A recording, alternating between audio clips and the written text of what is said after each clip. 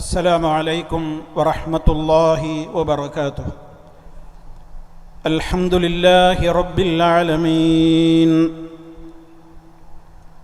والصلاة والسلام الأتمان الأكملان على نبينا محمد صلى الله عليه وسلم وعلى آله وصحبه أجمعين.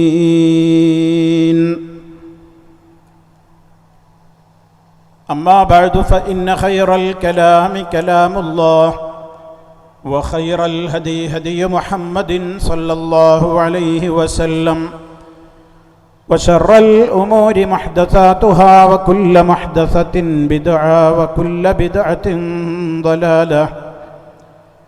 أعوذ بالله من الشيطان الرجيم. اهدنا الصراط المستقيم صراط الذين أنعمت عليهم غير المغضوب عليهم ولا الضالين.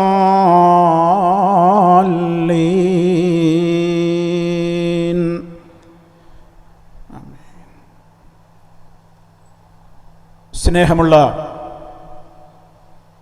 സഹോദരി സഹോദരന്മാരെ, വിശ്വാസികളെ, ഈ മഹത്തായ വൈജ്ഞാനിക സമ്മേളനത്തിൻ്റെ വേദിയിലിരിക്കുന്ന പ്രിയപ്പെട്ട പണ്ഡിതന്മാരെ, നേതാക്കളെ, സഹപ്രവർത്തകരെ, ദൂരെ നിന്നും അടുത്തു നിന്നുമൊക്കെ ഈ ശബ്ദം ശ്രവിച്ചുകൊണ്ടിരിക്കുന്ന എൻ്റെ പ്രിയപ്പെട്ട ശ്രോതാക്കളെ, അല്ലാഹു സുബ്ഹാനഹു വ തആലയുടെ മഹത്തായ അനുഗ്രഹത്താൽ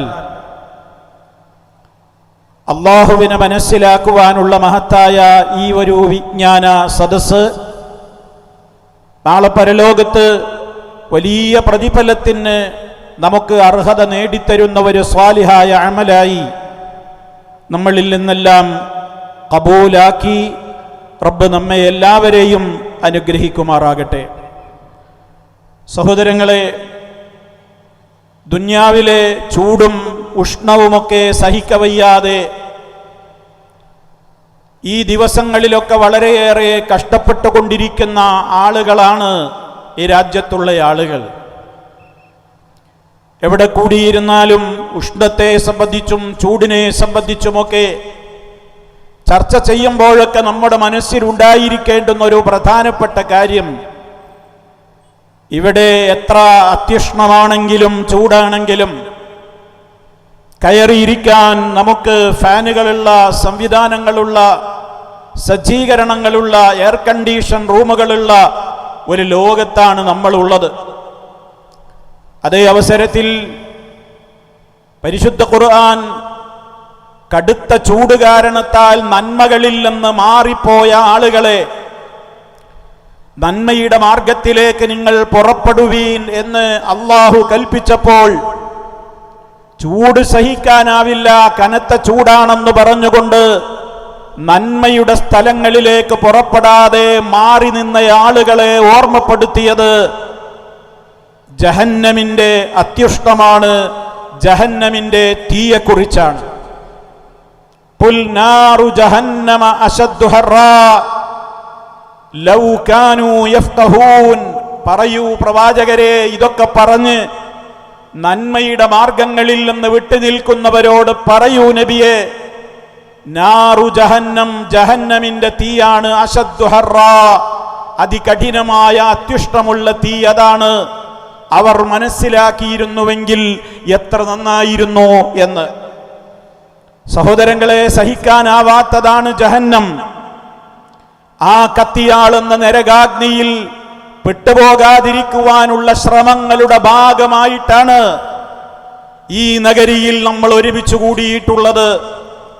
ഇതേപോലെയുള്ള പ്രോഗ്രാമുകളും പ്രവർത്തനങ്ങളും പ്രഭാഷണങ്ങളും നമ്മൾ നടത്തുന്നതും കേൾക്കുന്നതും അവിടെ വന്നിരിക്കുന്നതും പങ്കെടുക്കുന്നതുമൊക്കെ അത്യുഷ്ണമേറിയ ജഹന്നമിൽ നിന്ന് നമുക്ക് പരലോകത്ത് കാവൽ കിട്ടണം എന്ന സദുദ്ദേശത്തോടു കൂടി തന്നെയാണ്. അങ്ങനെ തന്നെയായിരിക്കണം. ദിനേന എന്നോണം നമ്മൾ നരകാഗ്നിയിൽ നിന്ന് അള്ളാഹുവിനോട് കാവൽ ചോദിക്കാതെ 5 നേരത്തെ നിസ്കാരങ്ങളിൽ നിന്നും നമ്മൾ സലാം വീട്ടാറ് പതിവില്ല. നമ്മൾ അറിഞ്ഞോ അറിയാതെയോ ഒക്കെ നമ്മൾ ആ ദുആ ചൊല്ലുന്നുണ്ട്. ജഹന്നമില്ലെന്ന്, നരകത്തിയില്ലെന്ന് കാത്തുകൊള്ളണേ എന്ന് എല്ലാവരും 5 നേരത്തെ നിസ്കാരത്തിൽ നിന്ന് സലാം വീട്ടുന്നതിന്റെ മുമ്പ് ചോദിച്ചുകൊണ്ടേയിരിക്കുകയാണ്. പ്രിയമുള്ളവരെ, ഇങ്ങനെ കേവലം ചോദ്യം കൊണ്ട് മാത്രം, പ്രാർത്ഥന കൊണ്ട് മാത്രം നമുക്ക് ജഹന്നമില്ലെന്ന് കാവൽ കിട്ടുമോ? ഞാനും നിങ്ങളും ആലോചിക്കണം. നമ്മെ ആ കത്തിയാളുന്ന നരകാഗ്നിയിൽ നിന്ന് രക്ഷപ്പെടുത്തുവാനുള്ള മാർഗമെന്ത്? അത് വിശദീകരിക്കുവാനാണ് ലോകത്ത് മഹാന്മാരായ പ്രവാചകന്മാരിവിടെ വന്നിട്ടുള്ളത്. അതുകൊണ്ട് തന്നെ നമുക്ക് സഹിക്കാനാവാത്ത ആ നരകാഗ്നി, അതിൽ നമ്മൾ പെട്ടുപോകാതെ അതിൽ നിന്ന് രക്ഷപ്പെട്ട് സ്വർഗത്തിലേക്ക് കാലെടുത്തു വെക്കുവാൻ ആർക്ക് ഭാഗ്യം ലഭിക്കുന്നുവോ അവരാണ് യഥാർത്ഥത്തിൽ വിജയിച്ച കക്ഷി എന്ന് പരിശുദ്ധ ഖുർആൻ വളരെ വ്യക്തമായി ഓർമ്മപ്പെടുത്തുമ്പോൾ, പ്രിയമുള്ളവരെ, നമ്മുടെ കടമ എന്താണ്? ആ സ്വർഗത്തിലേക്ക് എത്തുന്ന വിധത്തിൽ നമുക്കിവിടെ നിന്ന് മരിച്ചു പോകാൻ സാധിക്കുക എന്നുള്ളതാണ്. നമ്മൾ ആ ഒരു മാർഗത്തിന് വേണ്ടി തേടിക്കൊണ്ടേയിരിക്കുകയാണ്. തുടക്കത്തിലേ ഞാൻ കേൾപ്പിച്ചില്ലേ നമ്മുടെ ദുആ 17 തവണ നിർബന്ധമായും സുന്നത്ത് നിസ്കാരങ്ങളിൽ വേറെയുമൊക്കെ നമ്മൾ അല്ലാഹുവിനോട് സൂറത്തുൽ ഫാത്തിഹയിലൂടെ ഇഹ്ദിനസ് സിറാത്തൽ മുസ്തഖീം, മുസ്തഖീമായ നേരായ വഴിയിലേക്ക് നീ ഞങ്ങളെ ചേർത്ത് തരികയും അതിൽ ഉറപ്പിച്ചു നിർത്തുകയും ചെയ്യണേ അല്ലാഹ്.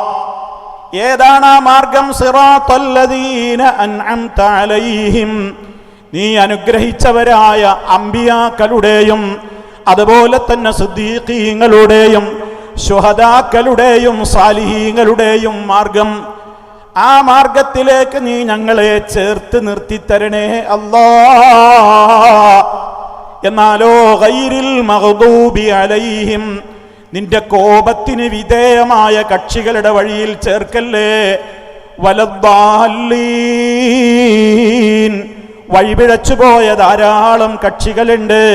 അത്തരത്തിലുള്ള ഒരു കക്ഷികളുടെയും വഴിയിലും കെണിയിലും ട്രാപ്പിലും ഞങ്ങൾ പെടാതെ യഥാർത്ഥത്തിൽ നിന്റെ നബിമാര് പഠിപ്പിച്ച ആ ദീനിൽ, ആ നബിമാരിൽ നിന്ന് ആവേശം ഉൾക്കൊണ്ടുകൊണ്ട് ആ നബിമാരെ അക്ഷരാർത്ഥത്തിൽ സത്യസന്ധതയോടെ പിൻപറ്റിയ സിദ്ദീഖീങ്ങളുടെ വഴിയിൽ ആ പാതയ്ക്ക് വേണ്ടി രക്തവും ജീവനുമൊക്കെ അർപ്പണം നടത്തിക്കൊണ്ട് ഷഹീദുകളായ ശുഹദാക്കൾ കഴിഞ്ഞു പോയിട്ടുണ്ട്. അവരുടെ വഴിയിൽ അതിൻ്റെ എല്ലാം പിൻഗാമികളായിക്കൊണ്ട് സജ്ജനങ്ങളായി മാത്രമേ ഇവിടെ ഞങ്ങൾ ജീവിക്കുകയുള്ളൂ. ആര് എന്ത് ഭീഷണിപ്പെടുത്തിയാലും, ആര് ഞങ്ങളെ പരിഹസിച്ചാലും ഞങ്ങൾ ആ വഴിയിലേ മുന്നോട്ട് പോവുകയുള്ളൂ എന്ന കൃത്യമായ ബോധത്തോടെ ജീവിച്ച സാലിഹീങ്ങളുണ്ട് ഇവിടെ കോടിക്കണക്കിന്. അവരുടെയൊക്കെ വഴിയിലേക്ക് നീ ഞങ്ങളെ ചേർത്തി നിർത്തി തരണേ. പിഴച്ചുപോയ കക്ഷികളുടെ വഴിയിൽ പെടുത്താതെ കാക്കണേ. ഇതും പറഞ്ഞുകൊണ്ടല്ലേ ഉമ്മമാരെ, ഉപ്പമാരെ, നമ്മുടെ 5 നേരത്തെ നിസ്കാരങ്ങളിലും സുന്നത്ത് നിസ്കാരങ്ങളിലുമൊക്കെ നമ്മൾ ആമീൻ എന്ന് ആത്മാർത്ഥമായി കൊണ്ട് റബ്ബിനോട് നമ്മുടെ നെഞ്ചിൽ കൈകെട്ടി നിന്നുകൊണ്ട് നമ്മൾ വിനയത്തോടെ റബ്ബിൻ്റെ മുമ്പിൽ അവനോടുള്ള ആ മുനാജാത്തിന്റെ വേളയായ നിസ്കാരത്തിൽ പറഞ്ഞുകൊണ്ടിരിക്കുന്നത്. ആ മാർഗമാണ് നബി സല്ലല്ലാഹു അലൈഹി വസല്ലമ ഏതാണ് ആ മാർഗമെന്ന് വരച്ച് കാണിച്ചു തന്നിട്ടുണ്ട്.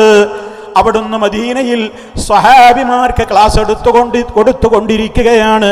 ആ നേരത്തതാ മണലിലൂടെ നബി സല്ലല്ലാഹു അലൈഹി വസല്ലമ സ്വഹാബിമാരൊക്കെ കാണുന്ന നിലക്ക് ഒരു നേരായ വര അങ്ങ് വരച്ചു. ഒരു നേര വര വരച്ചു. അങ്ങോട്ടും ഇങ്ങോട്ടും വളവില്ല, തിരിവില്ല.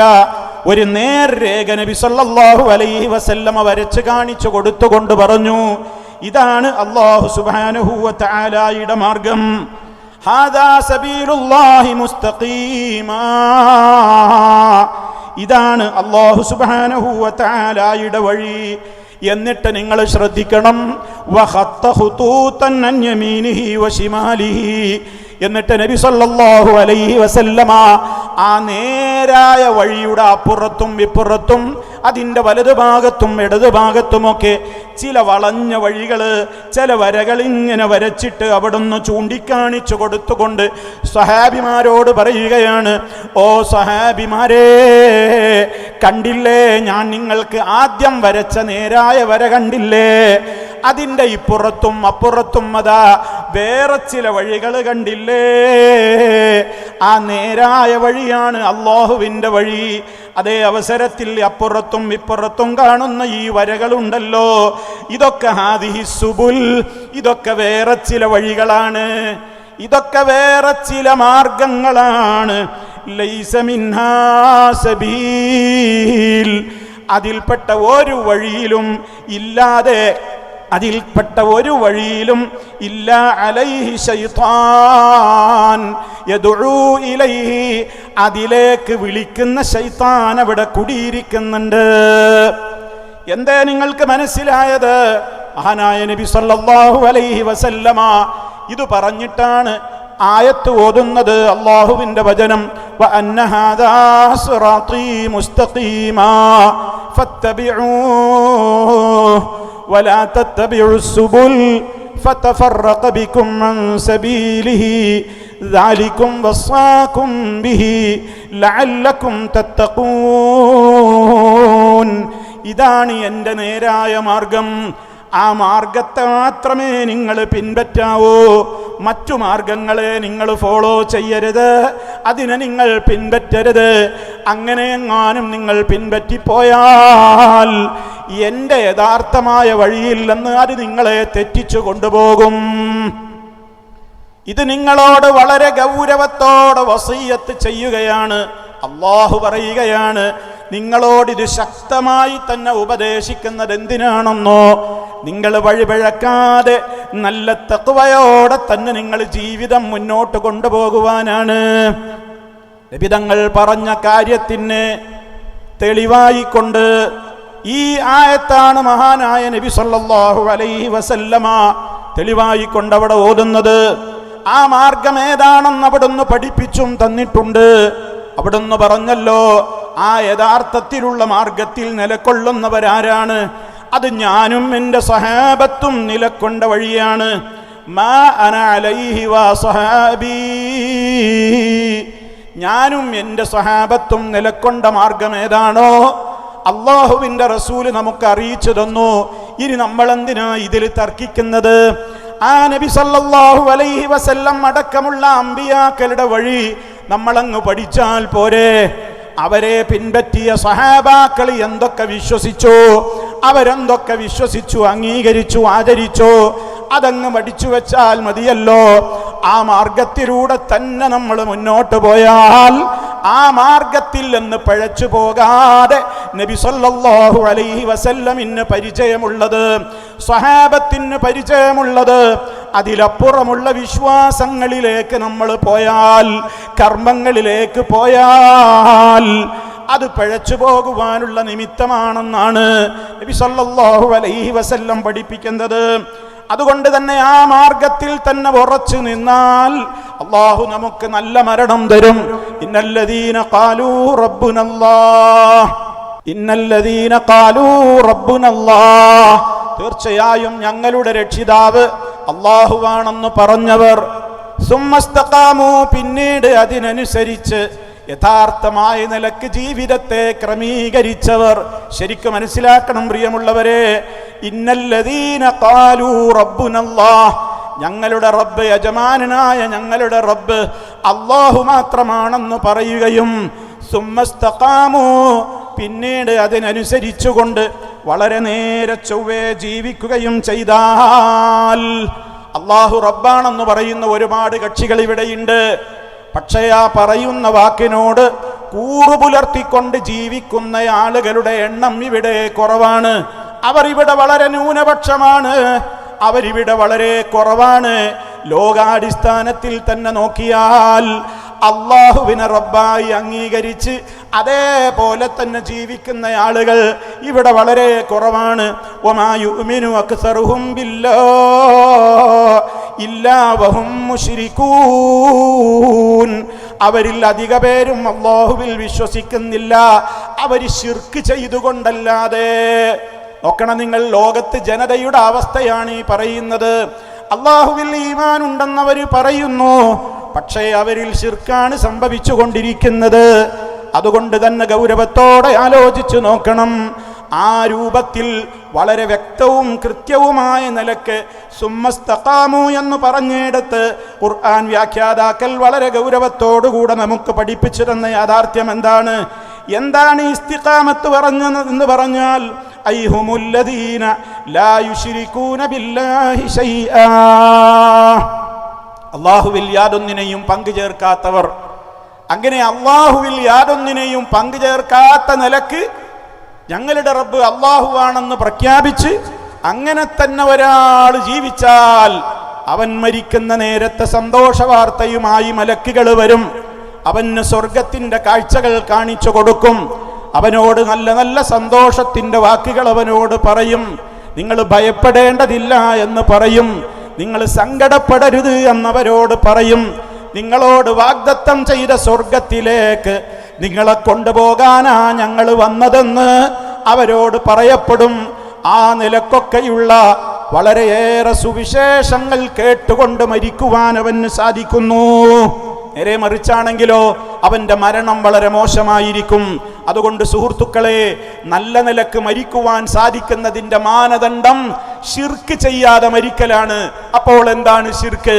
ശിർക്കെങ്ങാനും സംഭവിച്ചു കഴിഞ്ഞാൽ അല്ലാഹുവിന്റെ വെറുപ്പ് ഒരു കാലത്തും തീരുകയില്ല. നമ്മൾ എന്ത് അമലിവിടെ ചെയ്തിട്ടും കാര്യമില്ല. ശിർക്ക് ചെയ്താൽ നമ്മുടെ അമലുകൾ മുഴുവനും ബാത്തിലായി പോകും. അല്ലാഹു അതൊരിക്കലും പൊറുക്കാത്ത കഠിനമായ പാപമാണ്. ഒരു കാലത്തും പിന്നെ സ്വർഗം കിട്ടില്ല. സ്വർഗം ആ വ്യക്തിക്ക് ഹറാമായിരിക്കും. നരകത്തിൽ അയാൾ ശാശ്വതവാസിയായിരിക്കും. ഒരു കാലത്തും അയാൾക്ക് രക്ഷപ്പെടാനുമാവില്ല. അതുകൊണ്ട് തന്നെ എല്ലാവരും ഭയപ്പെടേണ്ടുന്ന ഈ ശിർക്ക്. എന്താണ് ശിർക്കെന്ന് പറഞ്ഞാൽ റഹ്മാനായ റബ്ബിന്റെ മാത്രമായ ഗുണവിശേഷണങ്ങൾ എത്രയാണ് പരിശുദ്ധ ഖുർആനിൽ പറഞ്ഞത്. ഫലില്ലാഹിൽ അസ്മാഉൽ ഹുസ്നാ, അല്ലാഹുവിന് അത്യുന്നതമായ ഏറ്റവും മെച്ചപ്പെട്ട ഉന്നതമായ ഉത്തമമായ നാമങ്ങളുണ്ട്. റബ്ബിന്റെ ഓരോ പേരുകളും അല്ലാഹുവിന്റെ ഓരോ ഗുണങ്ങളാണ്.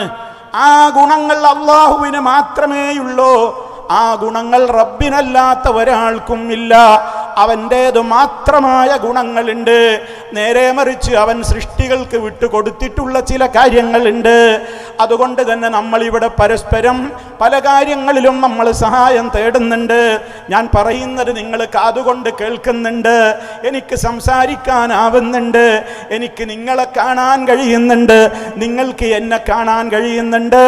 ഇതൊക്കെയും മനുഷ്യർക്ക് അല്ലാഹു സുബ്ഹാനഹു വ തആല ഓരോരുത്തർക്കും ഈ പ്രകൃതിയാ തന്നെ ഇവിടെ മനുഷ്യർക്ക് അല്ലാഹു കൊടുത്തുകൊണ്ടിരിക്കുന്ന അവന്റെ കഴിവുകളാണ്. അതേ അവസരത്തിൽ റബ്ബ് ഒരിക്കലും ഒരു കാലത്തും ഒരാൾക്കും വിട്ടുകൊടുക്കാത്ത അവന്റെ മാത്രം കുത്തകയായിട്ടുള്ള അവൻ്റേത് മാത്രമാണ് ആ ഗുണങ്ങൾ. ആ ഗുണങ്ങൾ ഒരു സൃഷ്ടിക്കും അവൻ കൊടുത്തിട്ടേ ഇല്ല. ആ നിലക്കുള്ള ഒട്ടേറെ ഗുണങ്ങൾ അല്ലാഹുവിനുണ്ട്. ആ ഗുണങ്ങളിൽ ഏതെങ്കിലും ഒരു ഗുണം ഏതെങ്കിലും ഒരു പോയിന്റിലെങ്കിലും റബ്ബല്ലാത്തവർക്ക് ഉണ്ടെന്ന് വന്നാൽ, ഉണ്ടെന്ന് വാദിച്ചാൽ, ഉണ്ടെന്ന് വിശ്വസിച്ചാൽ, ഉണ്ടെന്ന് സങ്കൽപ്പിച്ചാൽ അത് റബ്ബ് പൊറുക്കാത്ത ശിർക്കാണെന്ന് മനസ്സിലാക്കിക്കൊള്ളണം. വളരെ ലളിതമായി എൻ്റെ പ്രിയപ്പെട്ട സ്ത്രീ പുരുഷന്മാരോട്, സഹോദരീ സഹോദരങ്ങളോട് നിങ്ങൾ വളരെ ലളിതമായി ഇതൊന്നും അടിച്ചു വെക്ക്. ഇതിൽ എന്തിനാണ് ആളുകൾക്ക് ഇത്ര കൺഫ്യൂഷൻ ഉണ്ടാകേണ്ടുന്ന കാര്യം? നമ്മൾ അല്ലാഹുവിനോടുള്ള പ്രാർത്ഥനയാകുന്നു എന്ന് എല്ലാവരും അംഗീകരിക്കുന്ന ഒരു കാര്യമില്ലേ? എല്ലാവരും എന്ന് പറയുമ്പോൾ ഇവിടെ ഇതാ മുസ്ലിമീങ്ങളായ ആളുകൾ മുഴുവനും അല്ലാഹുവിനോട് പ്രാർത്ഥിക്കാറുണ്ട്. ചിലർ അല്ലാഹുവിന് പുറമെ മറ്റുള്ളവരോടും പ്രാർത്ഥിക്കാറുണ്ട്. ഇവിടെ എല്ലാവരും യോജിക്കുന്നൊരു കാര്യമാണ്, അല്ലാഹുവേ എന്ന് ഞാനോ നിങ്ങളോ എവിടെ വെച്ചെങ്കിലും അല്ലാഹുവിനെ വിളിക്കുമ്പോൾ നമുക്ക് റബ്ബിനെ കുറിച്ച് എന്താണ് വിശ്വാസം? എൻ്റെ റബ്ബ് എൻ്റെ വിളി കേൾക്കുന്നുണ്ട്. ഒന്ന്, എൻ്റെ റബ്ബ് വിളിക്കുന്ന എന്നെ കാണുന്നുണ്ട്. രണ്ട്, എൻ്റെ ആഗ്രഹങ്ങൾ ഞാൻ പറഞ്ഞില്ലെങ്കിൽ പോലും എനിക്ക് സംസാരിക്കാനാവാത്ത സംസാരശേഷിയില്ലാത്തവനാണെങ്കിൽ പോലും എൻ്റെ റബ്ബ് എൻ്റെ ആഗ്രഹങ്ങളെ എൻ്റെ ഹൃദയത്തിൽ അതെന്താണെന്ന് കാണുന്നവനാണ്, വ്യക്തമായി അറിയുന്ന അലീമാണ്. അതേപോലെ തന്നെ ഞാൻ എൻ്റെ റബ്ബിനോട് ഏത് കാര്യത്തിന് വേണ്ടി ചോദിച്ചാലും അതൊക്കെ തരാൻ മാത്രം എൻ്റെ റബ്ബിൻ്റെ ഖജനാവ് വിശാലമാണ്. കൊടുത്താൽ ഒരിക്കലും അവൻ്റെ അടുക്കലുള്ളത് തീരില്ല.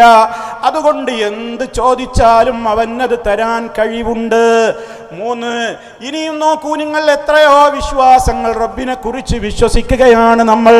ഞാൻ ഏത് ഭാഷയിൽ എൻ്റെ റബ്ബിനോട് വിളിച്ചാലും, എത്ര ആയിരം സ്ഥലത്ത് വെച്ച് വിളിച്ചാലും, രാത്രി വിളിച്ചാലും പകല് വിളിച്ചാലും, കടലിൽ വെച്ചോ കരയിൽ വെച്ചോ വാനലോകത്ത് വെച്ചോ എവിടെ വെച്ച് ഞാൻ എൻ്റെ റബ്ബിനെ വിളിച്ചാലും എൻ്റെ റബ്ബ് അതൊക്കെ വേറെ വേറെ കേൾക്കുന്നവനാണ്.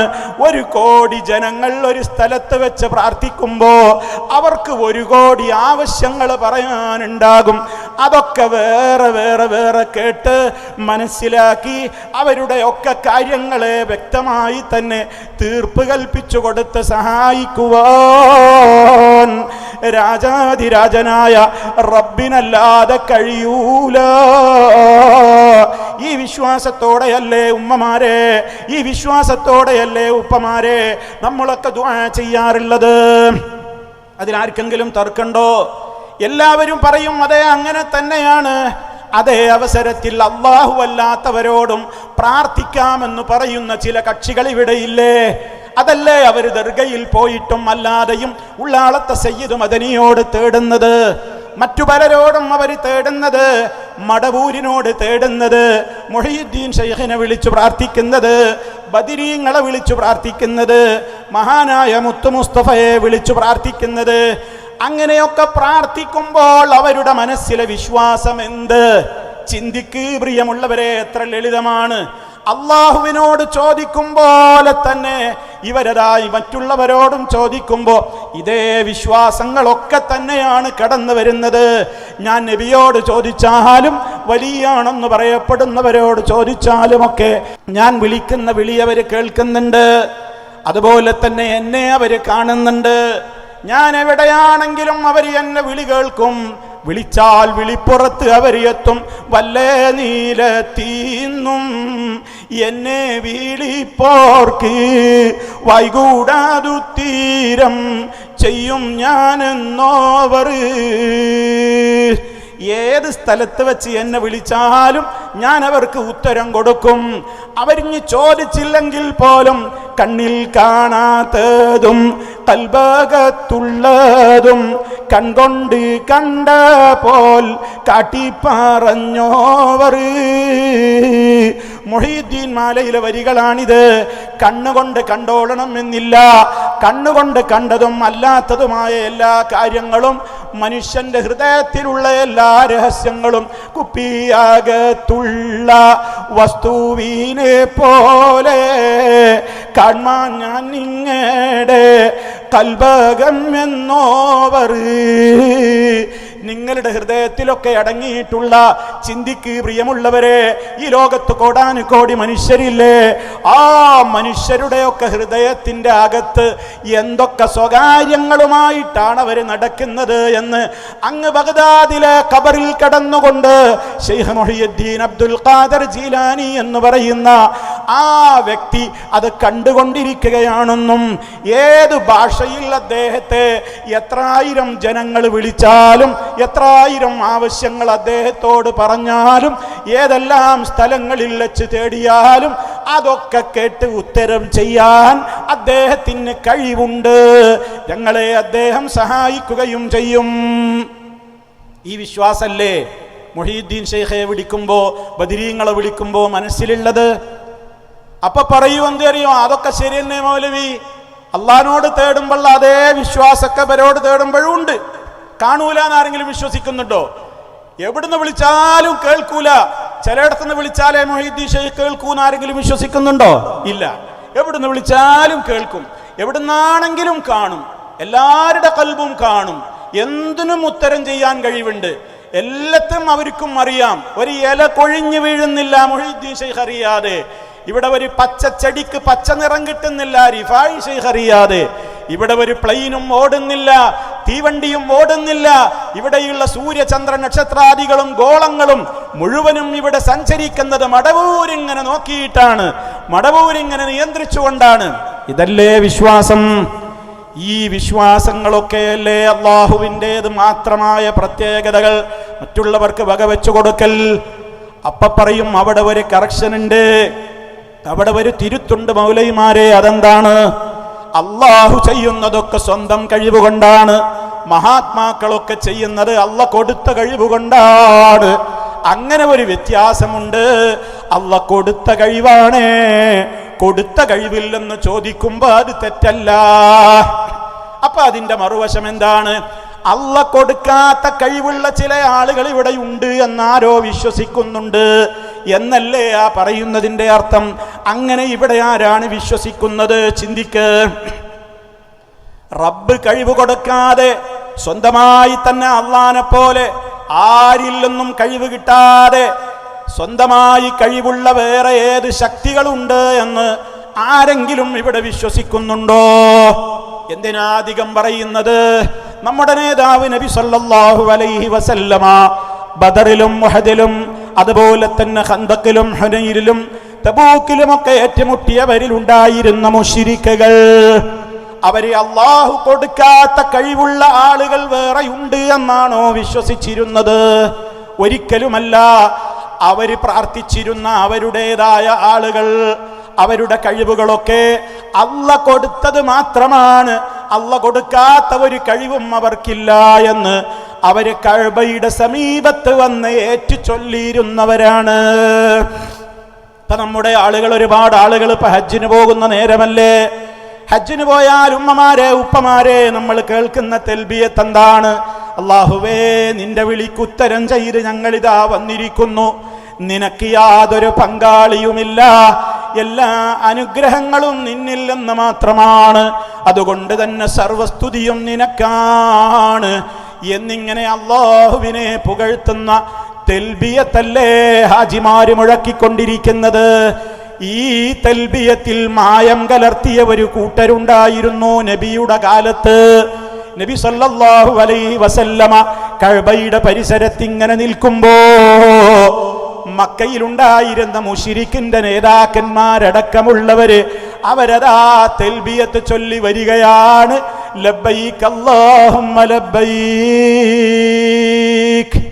ആരാ ചൊല്ലുന്നത്? അബൂജഹലടക്കമുള്ള നബിതങ്ങൾ ബദറിൽ ഏറ്റുമുട്ടിയ മുശ്രിക്കിന്റെ നേതാക്കന്മാരടക്കമുള്ളവര് അവര് ചൊല്ലുന്നു അല്ലാഹുവേ. അപ്പൊ കണ്ടോ, അവര് അള്ളാനെ തള്ളിയവരല്ല, അവര് നിരീശ്വരവാദികളല്ല, അവര് അള്ളയുണ്ട് എന്ന് വിശ്വസിച്ചവരാണെന്ന് മാത്രമല്ല, അള്ളാനെ കൊണ്ടല്ലാതെ ലോകം വടക്കാൻ കഴിയില്ലെന്ന് വിശ്വസിച്ചവരാണ്. അള്ളാനെ കൊണ്ടല്ലാതെ എല്ലാം കാണാനോ എല്ലാം കേൾക്കുവാനോ കഴിയില്ല എന്ന് വിശ്വസിച്ചവരാണ്. ഇതൊക്കെ പരിശുദ്ധ ഖുർആൻ നമുക്ക് പഠിപ്പിച്ചു തരുന്ന സത്യങ്ങളാണ്. മഴ തരുന്നത് അല്ല മാത്രമാണ്, ജീവിപ്പിക്കുന്നവൻ അല്ല മാത്രമാണ്, മരിപ്പിക്കുന്നത് അല്ല മാത്രമാണ്, ലോകത്തെ മൊത്തം തന്നെ കൺട്രോൾ ചെയ്യുന്ന മുദബ്ബിർ അല്ല മാത്രമാണ്. ഇതൊക്കെ വിശ്വസിച്ചിരുന്ന അറേബ്യൻ മുശ്രിക്കുകളാ. അവര് അല്ലാഹുമ്മ എന്ന് പറയുമ്പോ അല്ലാഹുവേ, നിന്റെ വിളിക്കുത്തരം ചെയ്തുകൊണ്ടിതാ ഞങ്ങൾ വന്നിരിക്കുന്നു. ഇനി അവര് പറയുന്ന വാചകം കേട്ടോ, ലാ ശരീക ലക, നിനക്കൊരു പങ്കാളിയും ഇല്ല. ക്ലിയർ അല്ലേ? നിനക്കൊരു പങ്കാളി ഇല്ല എന്ന് പറഞ്ഞു. അപ്പൊ നബി സല്ലല്ലാഹു അലൈഹി വസല്ലം ഉടനെ പറഞ്ഞു, നിർത്തിക്കോളൂ, അവിടെ വെച്ച് നിർത്തിക്കോളൂ, ഇനി അപ്പുറത്ത് നിങ്ങൾ കൂട്ടിപ്പറയാൻ പാടില്ല. കാരണം അവര് കൂട്ടിപ്പറയുന്ന കക്ഷികളാണ്. അത് പറഞ്ഞ ഉടനെ പിന്നെ അവര് പറഞ്ഞ വാക്ക് കടുത്ത തെറ്റായിരുന്നു. നിനക്ക് യാതൊരു പങ്കാളിയുമില്ല, ഇല്ലാ ശരീക്കൻ, ഒരു പങ്കാളി നിനക്കുണ്ട്. ആ പങ്കാളി സ്വന്തം കഴിവുള്ള പങ്കാളിയല്ല, നീ കൊടുക്കാത്ത കഴിവുള്ള സ്വതന്ത്ര പങ്കാളിയല്ല, മറിച്ച് തംലികുഹു, ആ പങ്കാളിയെ നീയാണ് ഉടമപ്പെടുത്തുന്നത്. നിന്റെ കസ്റ്റഡിയിലുള്ളവരാ, നീ കഴിവ് കൊടുത്തവരാ, നീ അവർക്ക് ഏറ്റവും പദവി കൊടുത്തവരാണ്. വമാ മലക, അവർക്ക് ഒന്നിനും കഴിവില്ല. അല്ലെങ്കിൽ അവർക്ക് വല്ല കഴിവും കിട്ടിയിട്ടുണ്ടെങ്കിൽ തന്നെ അതൊന്നും അവരുടെ ഉടമസ്ഥതയിലുള്ളതല്ല. മാലിക്കായ റബ്ബേ, നീ കൊടുത്തതാണ് അതൊക്കെ എന്ന് സമ്മതിച്ചു പറയുന്നു. എന്നിട്ടും എന്തേ അബൂജഹലടക്കമുള്ളവർ മുശ്രിക്കുകളായത്? ഇവിടെയാണ് നിങ്ങൾ ചിന്തിക്കേണ്ടത്. അള്ള കൊടുത്ത കഴിവ് എന്ന് പറഞ്ഞിട്ട് കാര്യമല്ല. അള്ള കൊടുക്കുന്ന കഴിവുണ്ട്, കൊടുക്കാത്ത കഴിവുണ്ട്. അള്ളാഹു ഒരു സൃഷ്ടിക്കും കൊടുക്കാത്ത കഴിവുകളുണ്ട്. അത് അവന്റെ മാത്രം പ്രത്യേകതയാണ്. ആ പ്രത്യേകത അവരൊരു കാലത്തും ഒരാൾക്കും വിട്ടുകൊടുക്കൂല എന്ന ഗൗരവത്തോടുകൂടെ നമ്മളങ്ങ് പഠിച്ചു മനസ്സിലാക്കി വെച്ചാൽ ഈ വിഷയം വളരെ ലളിതമായി മനസ്സിലാക്കുവാൻ സാധിക്കും. നിങ്ങൾ നോക്കൂ, ഈ സമൂഹത്തിന് പറ്റിയ അബദ്ധം എന്താണ്? ഈ സമൂഹത്തിന് എന്താണ് സംഭവിച്ചത്? ഇവര് മഹാത്മാക്കളായ ആളുകളെ അതിരുവിട്ട് പ്രശംസിച്ചതാണ് തകരാറിലായത്.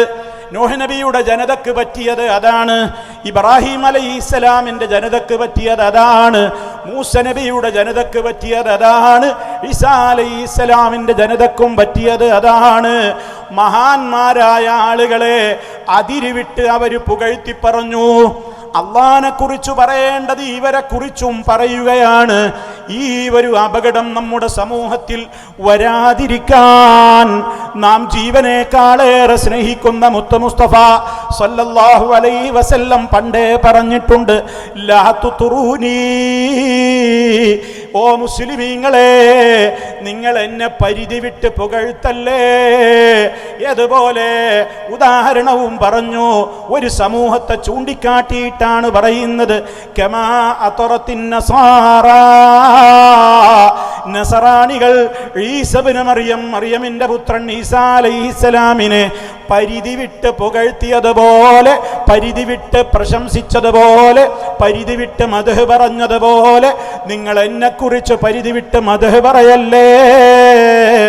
ഞാൻ അല്ലാഹുവിൻ്റെ അടിമയാണ്. ഞാൻ അല്ലാഹുവിൻ്റെ യജമാനനായ റബ്ബിൻ്റെ ഒരു ദാസൻ മാത്രമാണ്.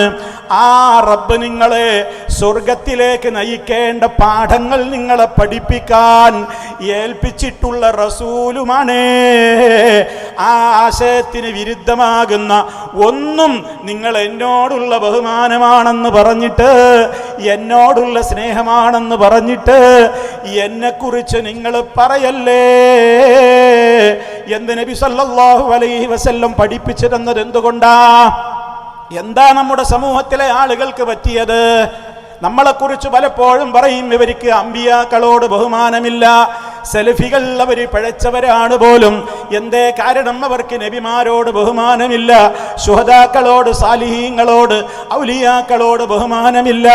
ആരെ പറഞ്ഞു ബഹുമാനമില്ല എന്ന്? പക്ഷേ ഇവര് ബഹുമാനമായി അംഗീകരിക്കണമെങ്കിൽ എന്തു വേണം? നബിമാരെ വിളിച്ച് തേടിക്കൊള്ളണം, ശുഹദാക്കളെ വിളിച്ച് പ്രാർത്ഥിക്കണം, ഔലിയാക്കളെ വിളിച്ച് സഹായം തേടണം. അങ്ങനെയുള്ള ആ സ്നേഹപ്രകടനം, ആ ബഹുമാനം നമ്മൾ കാണിക്കാതെ വന്നപ്പോ അതിനെക്കുറിച്ചാണ് അവർക്കുള്ള ആക്ഷേപം. ഇവർക്ക് ഇവരോടൊന്നും സ്നേഹമില്ല. നബി സല്ലല്ലാഹു അലൈഹി വസല്ലമിനെ കുറിച്ച് പോലും അല്ലാഹു സുബ്ഹാനഹു വ തആല വ്യക്തമായി തന്നെ നമുക്ക് പഠിപ്പിച്ചു തന്നില്ലേ? അവിടുന്ന് ഒന്നിനെയും പടച്ചിട്ടില്ലല്ലോ. നബിതങ്ങളെ കുറിച്ച് ഖാലിഖെന്ന് നമുക്ക് പറയാൻ പറ്റുമോ? നബിതങ്ങളെ കുറിച്ച് അള്ളാന്റെ ഏതെങ്കിലും ഗുണവിശേഷണങ്ങളെ, റബ്ബിന് മാത്രമുള്ള ഗുണവിശേഷണങ്ങൾ മഹാനായ നബി സല്ലല്ലാഹു അലൈഹി വസല്ലമിനെ കുറിച്ച് ആ അർത്ഥത്തിൽ നമുക്ക് പറയാൻ പറ്റുമോ? ഒന്ന് ഗൗരവത്തോടെ ആലോചിച്ചു നോക്ക്. അള്ളാഹുവിന്റെ റസൂല് ഒരിക്കൽ ഒരു കല്യാണത്തിന്റെ സദസ്സിലേക്ക് കയറി ചെല്ലുമ്പോ അവിടെയുള്ള കൊച്ചു പെൺകുട്ടികൾ ഒരു പാട്ട് പാടുന്നുണ്ടായിരുന്നു. നബിതങ്ങളെ കണ്ടപ്പോൾ നിങ്ങൾ ആലോചിക്കണം, പരിധി വിട്ട് പ്രശംസിക്കുക എന്ന് പറഞ്ഞാൽ നബിതങ്ങളെ അള്ളാന്ന് വിളിക്കലാണോ? നബിതങ്ങളെ ഖാലിഖെന്ന് പറയലാണോ?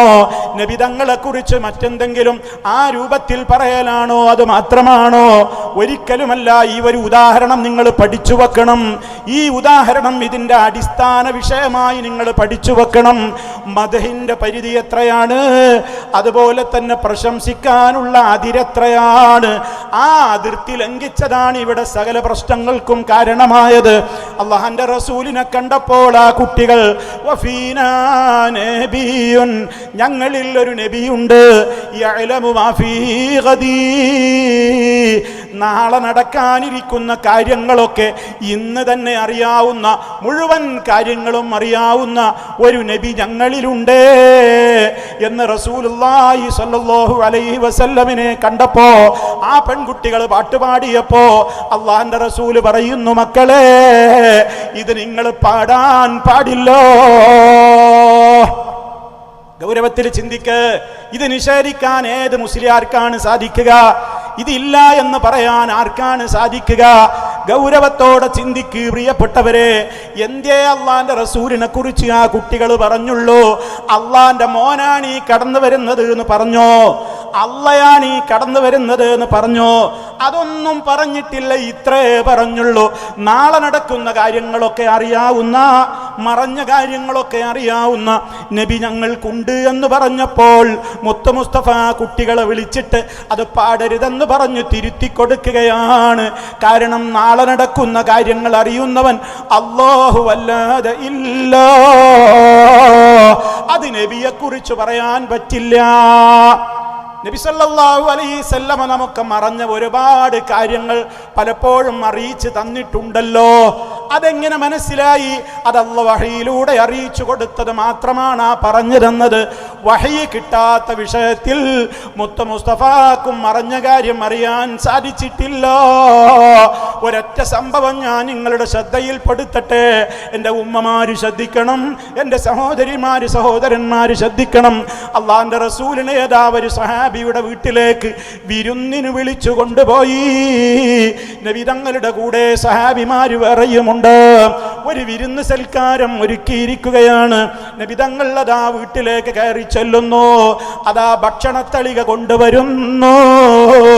അതിലതാ ചുട്ട മാംസം അങ്ങനെ നിരത്തി വെച്ചിരിക്കുന്നു. ചുട്ട മാംസമാണ്. ആ സമയത്ത് നബി സല്ലല്ലാഹു അലൈഹി വസല്ലമ ബിസ്മീൻ ചൊല്ലിയിട്ടതാ ആ ചുട്ട മാംസം കഴിക്കാൻ വേണ്ടി അതിലേക്ക് കയ്യങ്ങ് നീട്ടുന്നു. ആ നീട്ടുന്ന വേളയിൽ അതാ അകത്ത് നിന്ന് സഹാബ പെണ്ണുങ്ങൾ വിളിച്ചു പറയാണ്, അഖ്ബിറൂ റസൂലല്ലാഹ്, ഓ സഹാബിമാരെ, അള്ളാന്റെ റസൂലിനോട് വിവരം കൊടുക്കൂ, പെട്ടെന്ന് നബിയോട് പറഞ്ഞു കൊടുക്കൂ. അത് ലഹ്മു ലബ്ബിൻ, അത് ഉടുമ്പിന്റെ മാംസം ചുട്ടതാണ്. എന്തേ കാരണം? ഉടുമ്പ് മാംസം ഇസ്ലാമിൽ ഹറാമൊന്നുമല്ല. പക്ഷേ ചിലർക്കൊക്കെ ചില ഭക്ഷണം ഇഷ്ടമാവില്ല, ചിലർക്ക് ചില ഭക്ഷണത്തോട് താല്പര്യമുണ്ടാവില്ല. അള്ളാന്റെ റസൂലും അങ്ങനെ തന്നെയായിരുന്നു. അവിടുന്ന് ആട് കഴിക്കും, അതേപോലെ തന്നെ മറ്റു മാംസങ്ങളൊക്കെ കഴിക്കും. പക്ഷേ ഉടുമ്പ് മാംസം അവിടുന്ന് കഴിക്കാറില്ലായിരുന്നു. അതവിടുന്ന് ഇഷ്ടപ്പെടാറില്ല.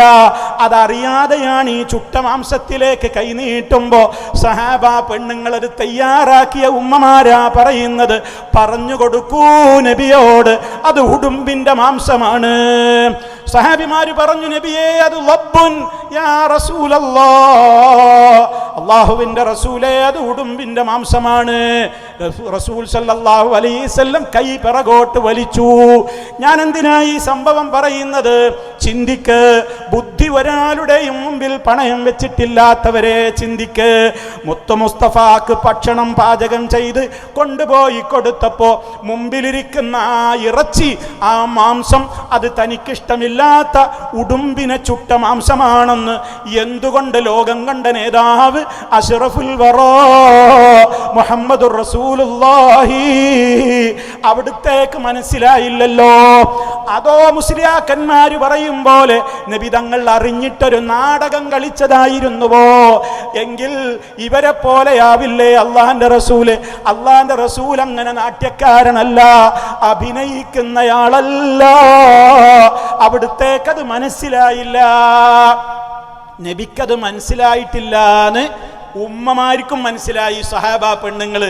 കാരണം അവർക്കറിയാം അള്ളാന്റെ റസൂലിന് അത് മനസ്സിലായിട്ടില്ല, അതുകൊണ്ടാണ് അതിലേക്ക് കൈ നീട്ടുന്നത്. ഉടനെ അവര് കൂട്ടുകാരോട് വിളിച്ചു പറയുന്നു, കൂട്ടുകാരെ, മുത്തുറസൂലിനോട് പറയൂ, അത് ഉടുമ്പിന്റെ മാംസമാണ്. അപ്പൊ സഹാബത്ത് അകത്തേക്ക് വിളിച്ചു പറഞ്ഞു, എന്താ പെണ്ണുങ്ങളെ നിങ്ങൾ എന്നോട് വിളിച്ചു പറയാൻ പറയുന്നത്? അള്ളാന്റെ റസൂലല്ലേ ആയിരിക്കുന്നത്, നബി തങ്ങൾക്ക് അതിപ്പോ ഞങ്ങൾ പറഞ്ഞു കൊടുത്തിട്ട് വേണോ?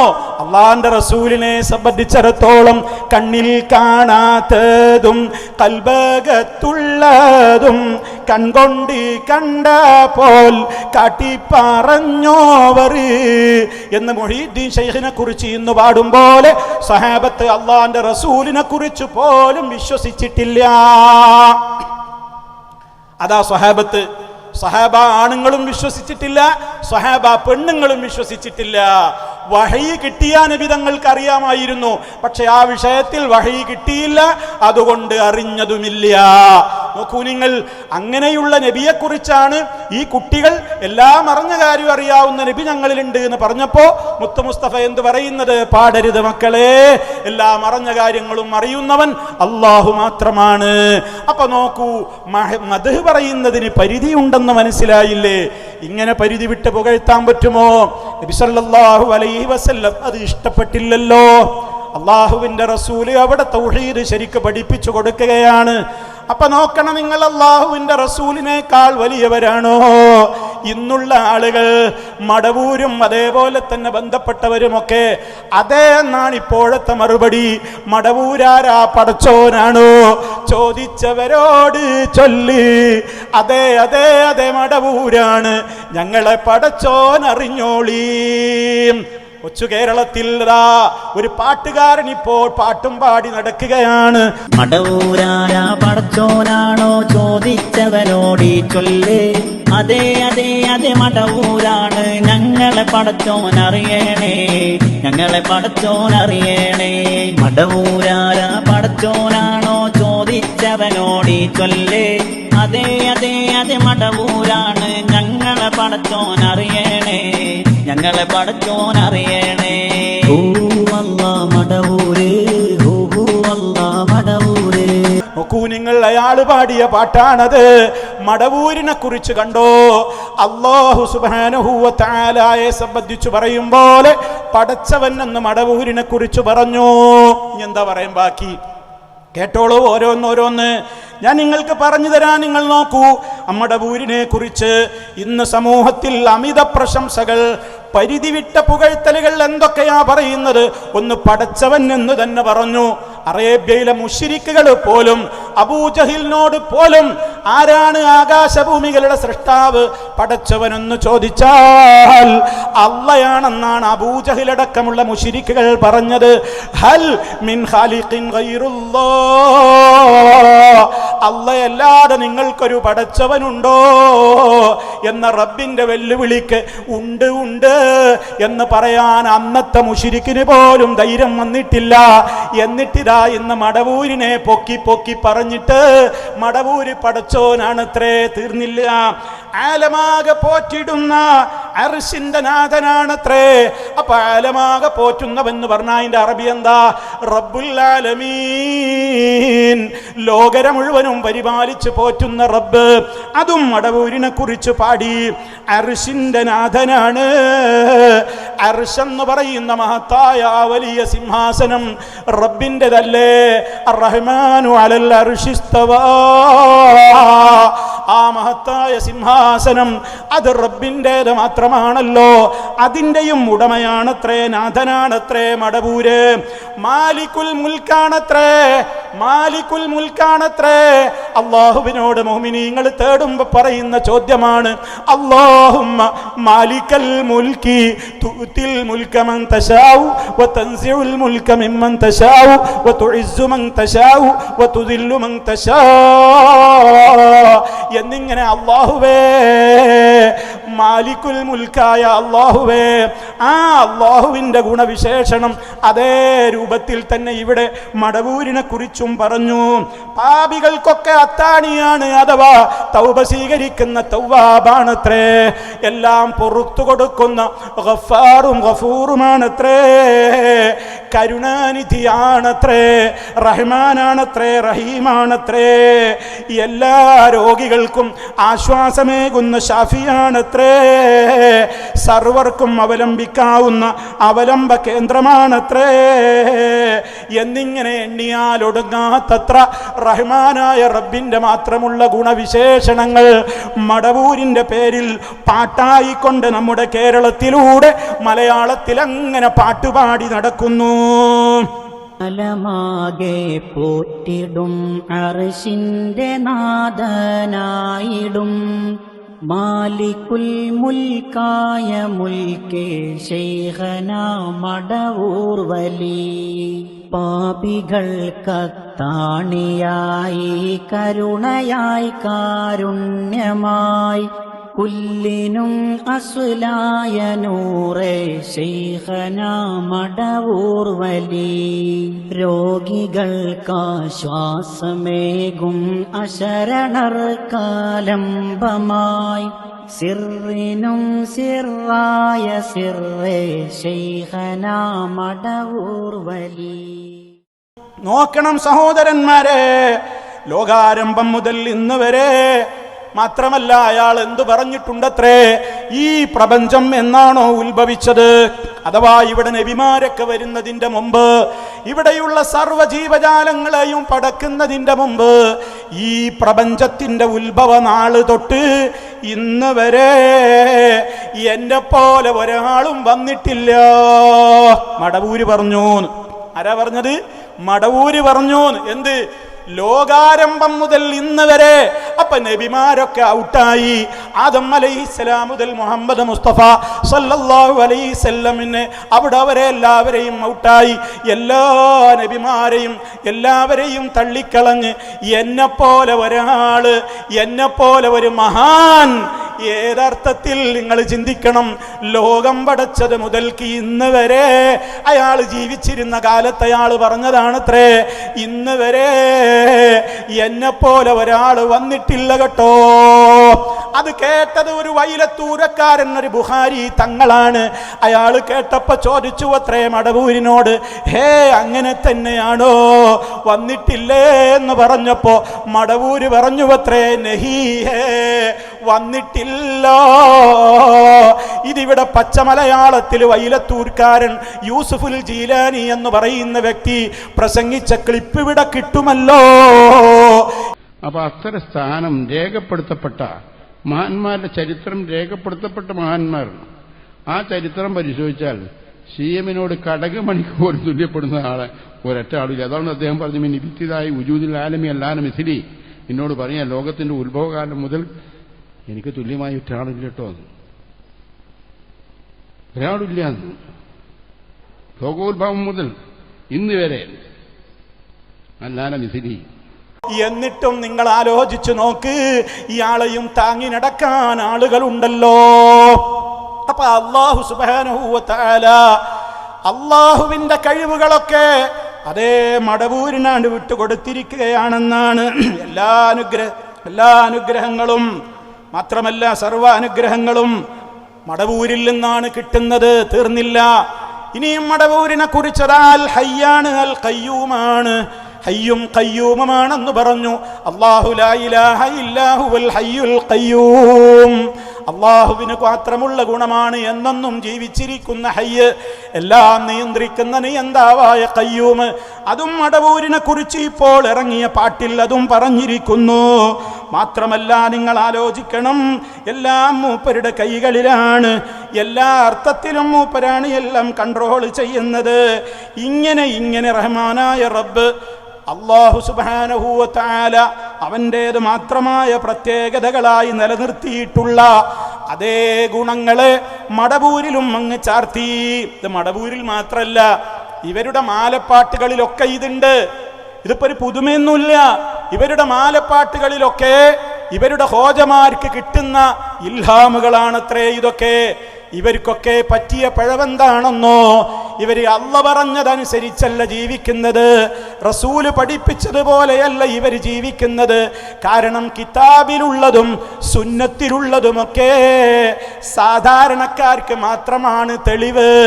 ഇവർ പറയുന്ന ശൈഖുമാര്, ഇവർ പറയുന്ന നേതാക്കള്, ഇവർ പറയുന്ന വലിയ ഔലിയാക്കന്മാരൊക്കെ അള്ളാഹുവിനോട് നേരിട്ട് ബന്ധമുണ്ടത്രേ. അതുകൊണ്ട് അവർ പറയുന്ന കാര്യങ്ങൾക്കൊന്നും തെളിവ് ലാഹിറിൽ നമുക്ക് ഖുർആനിൽ കാണൂല, ഹദീസിൽ കാണൂല. പിന്നെ ഖുർആനിൽ അവർക്ക് ചില കൈക്രിയകൾ നടത്തിയിട്ടാണ് അവരെന്ത് ചെയ്യുന്നത്, ഇതിനൊക്കെ തെളിവ് കണ്ടെത്തുന്നത്. ഈ വിഷയം എൻ്റെ പ്രിയപ്പെട്ടവരെ, ഇതൊരു അടിസ്ഥാന കാര്യമായിട്ട് നിങ്ങൾ പഠിച്ചു വെക്കണം. ഈ തർക്കമൊക്കെ ഉണ്ടായത് അതുകൊണ്ടാണ്. അള്ളാന്റെ കിതാബ് അനുസരിച്ച് ജീവിച്ചിരുന്നുവെങ്കിൽ ഇവിടെ ഈ ശിർക്ക് ഉണ്ടാവില്ല. നബി സല്ലല്ലാഹു അലൈഹി വസല്ലമ പഠിപ്പിച്ച ഹദീസുകൾ അനുസരിച്ച് ജീവിച്ചിരുന്നുവെങ്കിൽ ഇവിടെ ഈ പ്രശ്നങ്ങൾ ഉണ്ടാവില്ല. പക്ഷേ ഇവിടെ ഈ അതിലൊന്നും കാണാത്ത വിശ്വാസങ്ങള്, അതിലൊന്നും കാണാത്ത പ്രത്യേകമായ അന്ധവിശ്വാസങ്ങള് ഔലിയാക്കളുടെ പേരിൽ ചാർത്തിക്കൊടുത്തപ്പോ നമ്മൾ ചോദിച്ചു അവരോട്, തെളിവെവിടെ? കിതാബിലുണ്ടോ സുന്നത്തിലുണ്ടോ? കാണിക്കാൻ പറ്റൂലല്ലോ. അപ്പൊ പിന്നെ അവരുണ്ടാക്കിയ ഒരു ന്യായമാണെന്ത്, കിതാബും സുന്നത്തൊക്കെ ഞങ്ങളെ സാധാരണക്കാർക്കാണ്, ഞങ്ങളൊക്കെ വലിയ മശായിഖന്മാരെ പിൻപറ്റുന്ന ആളുകളാണ്. ഞങ്ങളുടെ മശായിഖന്മാരെന്ന് പറഞ്ഞാൽ അവർക്കിങ്ങനെ അല്ലാഹുവിൽ നിന്ന് ഹോട്ട് ലൈൻ കിട്ടിക്കൊണ്ടിരിക്കുന്നുണ്ട്. അവർക്കിങ്ങനെ നിരന്തരം അല്ലാഹ് അവരോട് സംസാരിക്കുകയാണ്. അവരിങ്ങനെയെല്ലാം അവർ കാണുന്നുണ്ട്, കേൾക്കുന്നുണ്ട്. അവർ സദാ കാര്യങ്ങളൊക്കെ മനസ്സിലാക്കുന്നുണ്ട്. ആ രൂപത്തിൽ അല്ലാഹു തആല അവർക്ക് അങ്ങോട്ട് കഴിവ് കൊടുത്തിരിക്കുകയാണ്.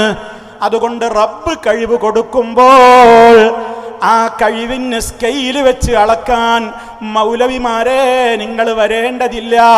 അല്ലാഹ് അവൻ ഉദ്ദേശിക്കുന്ന ഏത് കഴിവും മഹാന്മാർക്ക് വിട്ടുകൊടുക്കും.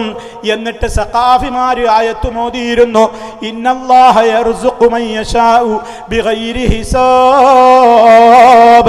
അല്ലാഹു അവൻ ഉദ്ദേശിക്കുന്നവർക്ക് കയ്യും കണക്കുമില്ലാതെ കൊടുക്കും. ദുർവ്യാഖ്യാനം നോക്കൂ നിങ്ങൾ. അല്ലാഹ് അവന്റെ കഴിവുകൾ അവൻ ഉദ്ദേശിക്കുന്നവർക്ക് കയ്യും കണക്കൂല്ലാതെ കൊടുക്കുമെന്നാണോ ആ ആയത്തിൽ പറഞ്ഞത്? അങ്ങനെ ആരാണ് പറഞ്ഞത്? പ്രിയമുള്ളവരെ, നിങ്ങൾ ആലോചിച്ചു നോക്കൂ. അപ്പൊ ഇവര് തന്നെ ഉണ്ടാക്കിയ ഒരു നിയമപ്രകാരമാണ് ഇവിടെ ഈ വിശ്വാസങ്ങളൊക്കെ വന്നത്. പക്ഷേ ഇപ്പൊ സഖാഫിമാർക്ക് പോലും പിടിച്ചെടുത്ത് കിട്ടുന്നില്ല. മടവൂരാണ് പടച്ചോന്ന് പറഞ്ഞപ്പോ പേരോട് മുസ്ലിയാർ വരെ തിരുത്തി പറയേണ്ടി വന്നു. ഈ അടുത്ത് ഞാനൊരു പാട്ട് കേട്ടു 2-3 ദിവസം മുമ്പ്. അതിൽ പറയുന്നത് ഹൂ അല്ലാ മടവൂര് എന്ന് പറഞ്ഞിട്ടാണ് പാട്ട്. അതേപോലെ തന്നെ മടവൂരാരാ? പടച്ചോനാ, ഞങ്ങളെ പടച്ചോൻ മടവൂരാ. ഇങ്ങനെ പറയുന്നതാണ് കേട്ടത്. ഒരാൾ അള്ളാഹുവിന്റെ സൃഷ്ടികളിൽ ഏത് സൃഷ്ടി ഖാലിഖാണെന്നോ അല്ലെങ്കിൽ അള്ളാഹുവാണെന്നോ ദൈവമാണെന്നോ വിശ്വസിക്കുമ്പോൾ തന്നെ അവൻ ഇസ്ലാമിന്റെ പടിക്ക് പുറത്താണ്. എന്ന് മാത്രം അല്ല, ഇസ്ലാമിന്റെ പടിക്ക് പുറത്താണ് എന്ന് പറഞ്ഞാൽ പിന്നെ അവന്റെ ഭാര്യ അവന് ഹലാലല്ല, അവന്റെ മക്കളുടെ വിവാഹം അവന് പറ്റൂല, അവന് ചെയ്തു കൊടുക്കാൻ പറ്റില്ല. ഇസ്ലാം എന്ന് പുറത്തു പോയാൽ പിന്നെ അവന് ഇസ്ലാമിന്റെ ഒരു സംഗതിയുമില്ല. ഇസ്ലാമിന്റെ മൈതാനിയിൽ അവനെ മറവ് ചെയ്യാൻ പറ്റൂല, ഇസ്ലാമിന്റെ ഖബർസ്ഥാനിൽ മറവ് ചെയ്യാൻ പറ്റൂല. അതുപോലെ അവന് മയ്യിത്ത് നിസ്കരിക്കാൻ പറ്റില്ല. ഇസ്ലാമിന്റെ ഒരു സംഗതിയും പറ്റൂല ഇസ്ലാം എന്ന് പുറത്തുപോയ ഒരാളായി പോയാൽ. അതുകൊണ്ട് ഒരാളെ വിശ്വാസത്തിലും തകരാറ് സംഭവിക്കാൻ പാടില്ല. പേരോട് മുസ്ലിയാർ വരെ പറഞ്ഞു, പറഞ്ഞോ കാഫിറാണ്, അവന് പെണ്ണുങ്ങളെ കല്യാണം കഴിച്ചു കൊടുക്കാൻ പാടില്ല, കാഫിറായ നിലയ്ക്ക് അവൻ മരിച്ചാൽ മയ്യത്ത് നിസ്കരിക്കാൻ പാടില്ല, മുസ്ലിമീങ്ങളുടെ ഖബർസ്ഥാനിൽ കൊണ്ടുവന്ന് മറമാടാൻ പാടില്ല, അവന്റെ മകളെ കൈകൊടുക്കുന്ന രക്ഷാധികാരിയായി അവൻ നിൽക്കാൻ പാടില്ല, അവന് അനന്തരാവകാശം കിട്ടൂല, മുസ്ലിമിന്റെ ഒരു ആനുകൂല്യവും അവന് കിട്ടൂല എന്ന് ഈ പാട്ടുപാടിയിട്ടുള്ള ആളെക്കുറിച്ച്, ആ വിശ്വാസക്കാരെ കുറിച്ച് പേരോട് പറയുമ്പോ നമുക്ക് ചോദിക്കാനുള്ളത്, ഓ മുസ്ലിയാക്കളെ, മടവൂര് പടച്ചോനാണെന്ന് പറഞ്ഞാലും മാലിക്കുൽ മുലൂക്കാണെന്ന് പറഞ്ഞാലും അർശിന്റെ ഉടമയാണെന്ന് പറഞ്ഞാലും എല്ലാം പൊറുക്കുന്ന റഊഫ, എല്ലാം പൊറുക്കുന്ന ഗഫാറാണെന്ന് പറഞ്ഞാലും ഏത് വിശേഷണങ്ങൾ മടവൂരിന് ഉണ്ടെന്ന് പറഞ്ഞാലും അതിനെയൊക്കെ എതിർക്കാൻ നിങ്ങൾക്കെന്താ അവകാശം? സലഫികളായ ഞങ്ങൾക്കല്ലേ അതിന് അവകാശമുള്ളൂ. കാരണം ഞങ്ങളല്ലേ പണ്ട് മുതലേ അള്ളാഹുവിൻ്റേത് മാത്രമായ ഒരു കഴിവും ഒരാൾക്കും വിട്ടുകൊടുക്കുന്ന പ്രശ്നമേ ഇല്ല എന്ന് പണ്ട് ഞങ്ങൾ സമൂഹത്തോട് പറഞ്ഞപ്പോ അന്ന് നിങ്ങൾ ഞങ്ങൾക്കെതിരെ ഓതിയ ആയത്താണ് അള്ളാഹ് കൊടുക്കുന്ന കഴിവിന് പരിധിയില്ല മൗലവിമാരെ, അള്ളാഹ് എന്ത് കഴിവും കൊടുത്തോട്ടെ, ആ കഴിവിന് ലിമിറ്റ് നിശ്ചയിക്കാനും കഴിവിന്റെ പരിധി അളക്കാനും നിങ്ങൾ സ്കെയിലും കൊണ്ടുവരണ്ട. ഇപ്പൊ എന്തായി? ഏത് കഴിവും കൊടുക്കുന്നു പറഞ്ഞാ പിന്നെ ഇവര് പാട്ടിലിറക്കിയപ്പോ പിന്നെ എന്താ പ്രശ്നം? അള്ളാഹ്ക്ക് എന്താ പടക്കാനുള്ള കഴിവ് മടവൂരിന് കൊടുത്തൂടെ? അപ്പൊ അയാളും ഖാലിഖാവൂലെ, പടച്ചോനയിക്കൂടെ? ചിലതൊക്കെ മടവൂരെ നീ പടച്ചോന്ന് അള്ളാഹ്ക്കാണ് പറഞ്ഞിട്ട് പടക്കാനുള്ള കഴിവ് അങ്ങോട്ട് കൊടുത്താൽ അയാൾ പടച്ചോനാകൂലേ? നിങ്ങളെ വാദപ്രകാരം അയാൾക്ക് കൊടുക്കുന്നതിന് തടസ്സമൊന്നുമില്ലല്ലോ, ലിമിറ്റ് നിശ്ചയിക്കണ്ടെന്നല്ലേ നിങ്ങൾ പറഞ്ഞത്. ഇപ്പൊ നിങ്ങൾക്ക് എന്തേ ആശയം മാറിയത്? ഇപ്പൊ നിങ്ങൾ എന്തേ അതിൽ നിന്ന് മാറിയത്? ഞങ്ങൾക്കറിയാം ഇവിടെ ഞങ്ങളുണ്ട്, സലഫികളുണ്ട്. സലഫികൾ ഞങ്ങളെ ആദർശ രംഗത്ത് പൊളിച്ചടുക്കും, വിടൂല എന്ന പേടിയുണ്ടായപ്പോ പേരോട് മുസ്ലിയാരടക്കമുള്ള സഖാഫികൾ പറയുന്നു, മടവൂര് പടച്ചോനാണെന്ന് പറഞ്ഞോര് കാഫിറാണ്, മടവൂര് മാലിക്കുൽ മുലൂക്കാണെന്ന് പറഞ്ഞോ കാഫിറാണ്, മടവൂര് അർശിന്റെ ഉടമയാണെന്ന് പറഞ്ഞോ കാഫിറാണ്. മാത്രമല്ല ലോകമൊട്ടാകെ നിയന്ത്രിക്കുന്നത് മടവൂരാണെന്ന് പറയുന്നവര് ശിർക്കാണ് പറയുന്നത്, കുഫ്റാണ് പറയുന്നത്. അതിലൂടെ നിങ്ങൾക്കൊരു രസം കേൾക്കണോ? ലോകം മൊത്തം നിയന്ത്രിക്കുന്ന മുദബ്ബിറുൽ ആലമും ഖുതുബുൽ ആലമുമാണ് മടവൂരെന്ന് അയാളുടെ ഉസ്താദായ കാന്തപുരമാണ് മൗലൂദിന്റെ കിതാബിൽ എഴുതി വെച്ചത്. മടവൂരിന്റെ പേരിൽ മർക്കസിൽ നിന്ന് ഇറക്കിയിട്ടുള്ള ഒരു മൗലിദ് കിതാബുണ്ട്. ആ മൗലിദ് കിതാബിന്റെ തുടക്കത്തിൽ കാന്തപുരം അവതാരിക എഴുതി കൊടുത്തപ്പോ പറഞ്ഞു, ഞാനിത് ആദ്യാന്തം വായിച്ചു നോക്കി. ഈ മൗലിദ് ഇത് വല്ലാത്തൊരു പുതുമയുള്ള മൗലിദാണ്, വലിയ പുണ്യമുള്ള മൗലിദാണ്. അതുകൊണ്ട് എല്ലാ വീടുകളിലും നിങ്ങൾ ഇത് സൂക്ഷിക്കണേ, ഈ മൗലൂദ് ചൊല്ലണേ എന്ന് കാന്തപുരം അവതാരിക എഴുതിയ മൗലിദിലുണ്ട്. ഖുതുബുൽ ആലമാണ്, മുദബ്ബിറുൽ ആലമാണ് മടവൂരെന്ന്. പേരോട് കിതാബോദീട്ടാ മറുപടി പറയുന്നത്. വളരെ കൃത്യമായിട്ട് തന്നെ, വളരെ വ്യക്തമായി ശറഹുൽ അഖായിദിന്റെ വാചകങ്ങളൊക്കെ ഉദ്ധരിച്ചുകൊണ്ടാ ആര് ചോദിക്കുന്നത്? പേരോട് ചോദിക്കുന്നത് എന്ത്? അത് പറഞ്ഞാൽ അത് കുഫിരിയത്താണ്, അത് ശിർക്കാണ്.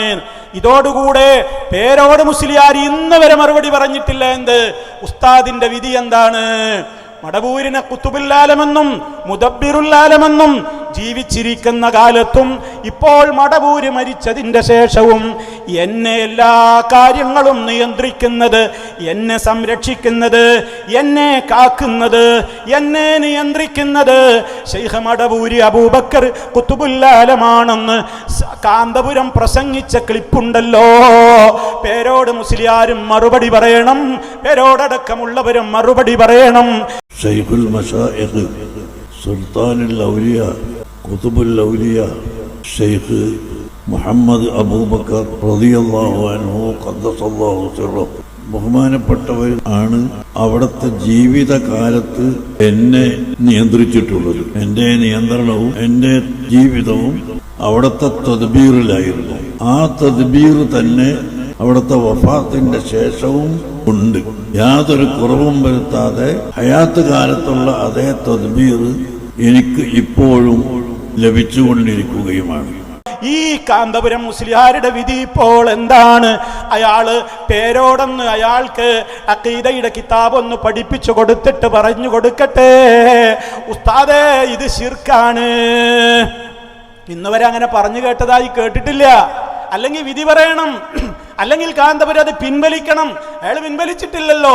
അയാളുടെ മർക്കസിൽ നിന്ന് ഇറക്കിയ മൗലിദ് കിതാബിലെ ആദ്യ ഭാഗത്ത് അയാൾ അതിന് ഗുഡ് സർട്ടിഫിക്കറ്റ് കൊടുത്ത് ഇത് വീടുകളിലൊക്കെ ചൊല്ലണം എന്ന് പറഞ്ഞ അതേ പാട്ടിലാണ് ഇതൊക്കെയുള്ളത്, മൗലിദിനാണുള്ളത്.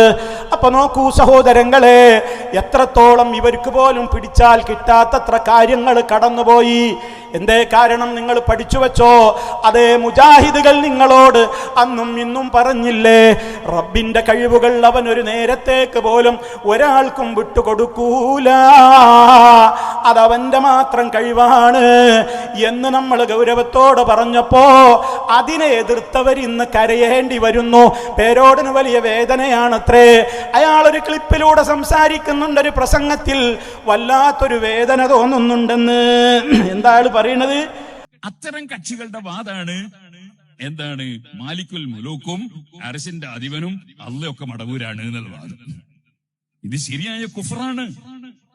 ഈ കുഫർ പച്ചയായി പ്രചരിപ്പിക്കുമ്പോ അതിനെതിരെ സംസാരിക്കാൻ പലപ്പോഴും പല മുസ്ലിംമാരും തയ്യാറാകുന്നില്ല. ഞാൻ വേദന പറയാം, ഇത് കുഫറാണെന്ന് പറയണ്ടേ ജനങ്ങളോട്? അത് പറയാൻ തയ്യാറാകുന്നില്ല. അയാൾ പറയണേ വല്ലാത്തൊരു വേദന ഉണ്ട് ഈ കാര്യത്തില്. അള്ളാഹുവിനെ സംബന്ധിച്ച്, അവനെ സംബന്ധിച്ച് പറയേണ്ട കാര്യങ്ങൾ വളരെ കൃത്യമായി വ്യക്തമായി ഇപ്പോ ഈ സമൂഹം ഇവരെ കുറിച്ചൊക്കെ പറഞ്ഞു കൊടുക്കുമ്പോ അതൊക്കെ കുഫറാണ്, പറയരുതേ എന്ന് ജനങ്ങളോട് പറയാൻ ഉത്തരവാദപ്പെട്ട ആളുകൾ അത് പറയുന്നില്ല, അതിനെ ന്യായീകരിക്കാൻ നടക്കുകയാണ്.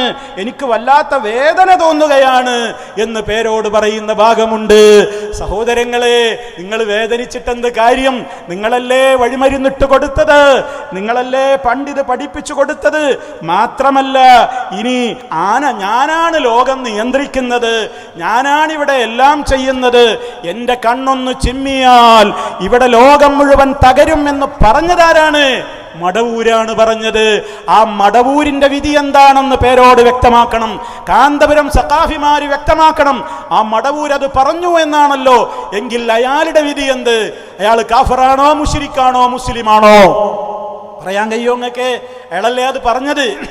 അപ്പൊ അത് പറഞ്ഞപ്പോ ചില ആളുകൾ പറയുന്നത് എന്താണ്, അതിപ്പോ മാനസിക രോഗം ഉണ്ടായപ്പോ പറഞ്ഞതാണ്.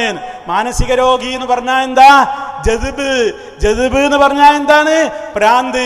ഭ്രാന്തന്മാര് പലതും വിളിച്ചു പറയും. ഭ്രാന്തന്മാരിപ്പോ എന്തൊക്കെ പറയും? ഞാൻ അള്ളയാണ് അയാള് പറഞ്ഞില്ലേ, ഞാനാ എല്ലാം നിയന്ത്രിക്കുന്നത് എന്ന് പറഞ്ഞില്ലേ, അതൊക്കെ ഭ്രാന്തുള്ളപ്പോ പറഞ്ഞതാണ്. അതുകൊണ്ട് തകരാറില്ല എന്ന് പറഞ്ഞപ്പോ ഉടനെ മറുപടി പറഞ്ഞു ഉസ്താദ് ശിഷ്യനോട്. പേരോടിന്റെ അടക്കമുള്ള പൊന്മളയടക്കമുള്ള മുസ്ലിയാക്കന്മാര് പറഞ്ഞു, പേരോടക്കമുള്ള ആളുകൾ ശ്രദ്ധിക്കണം. പൊന്മളയടക്കമുള്ള ഒരു സമൂഹത്തോട് പറഞ്ഞു. എന്താ പറഞ്ഞതെന്നറിയോ? മടവൂര പറഞ്ഞതൊക്കെ ജദ്ബിന്റെ ഹയലാണ് എന്ന് പറഞ്ഞാൽ മാനസിക നില തെറ്റിയ സമയത്ത് പറഞ്ഞ വാചകങ്ങളായിരുന്നു, അതത്ര കാര്യമാക്കാനില്ല, അതുകൊണ്ടൊന്നും പ്രശ്നമില്ല എന്നാണ്. CM വലിയുല്ലാഹിയെ കുറിച്ച് അവര് കുത്തുബുല്ലാലമാണെന്ന് അവര് തന്നെ പറഞ്ഞതായിട്ട് ഒരുപാട് ആളുകൾ പറയുന്നുണ്ടല്ലോ. അത് കേട്ട ആളുകൾ ഞങ്ങൾ കേട്ടു എന്ന് തന്നെ പറയുന്നുണ്ട്. അപ്പൊ അതെന്താണ് ഉസ്താദ് അംഗീകരിക്കാത്തത്?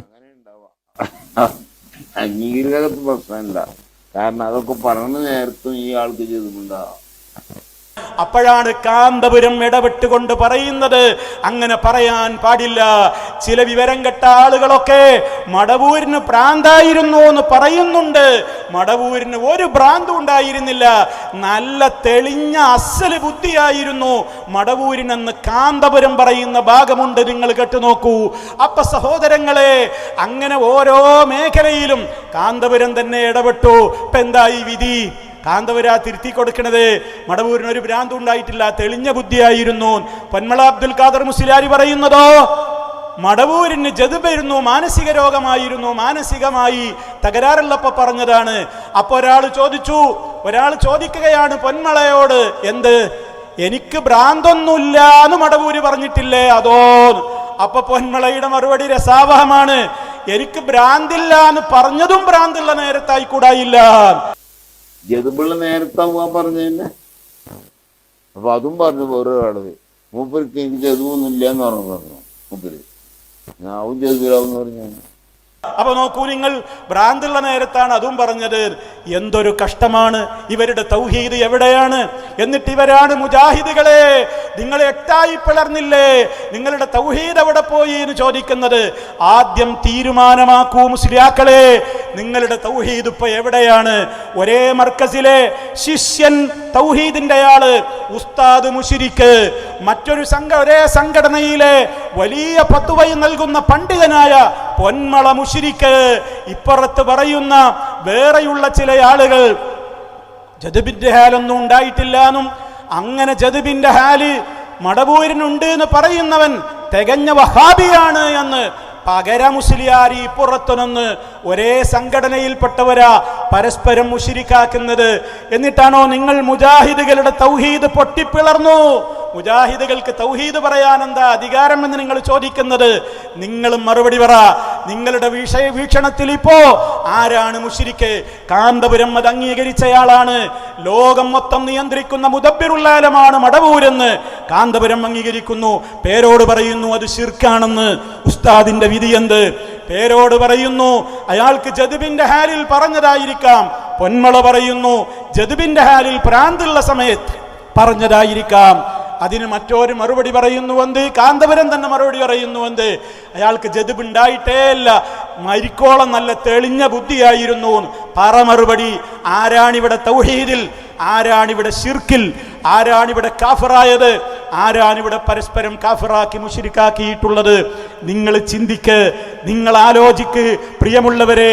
എത്രത്തോളം ഈ സമൂഹത്തിന്റെ മുമ്പിൽ ഇവർ ഇളിഭ്യരായിക്കൊണ്ട് നടക്കുകയാണ്.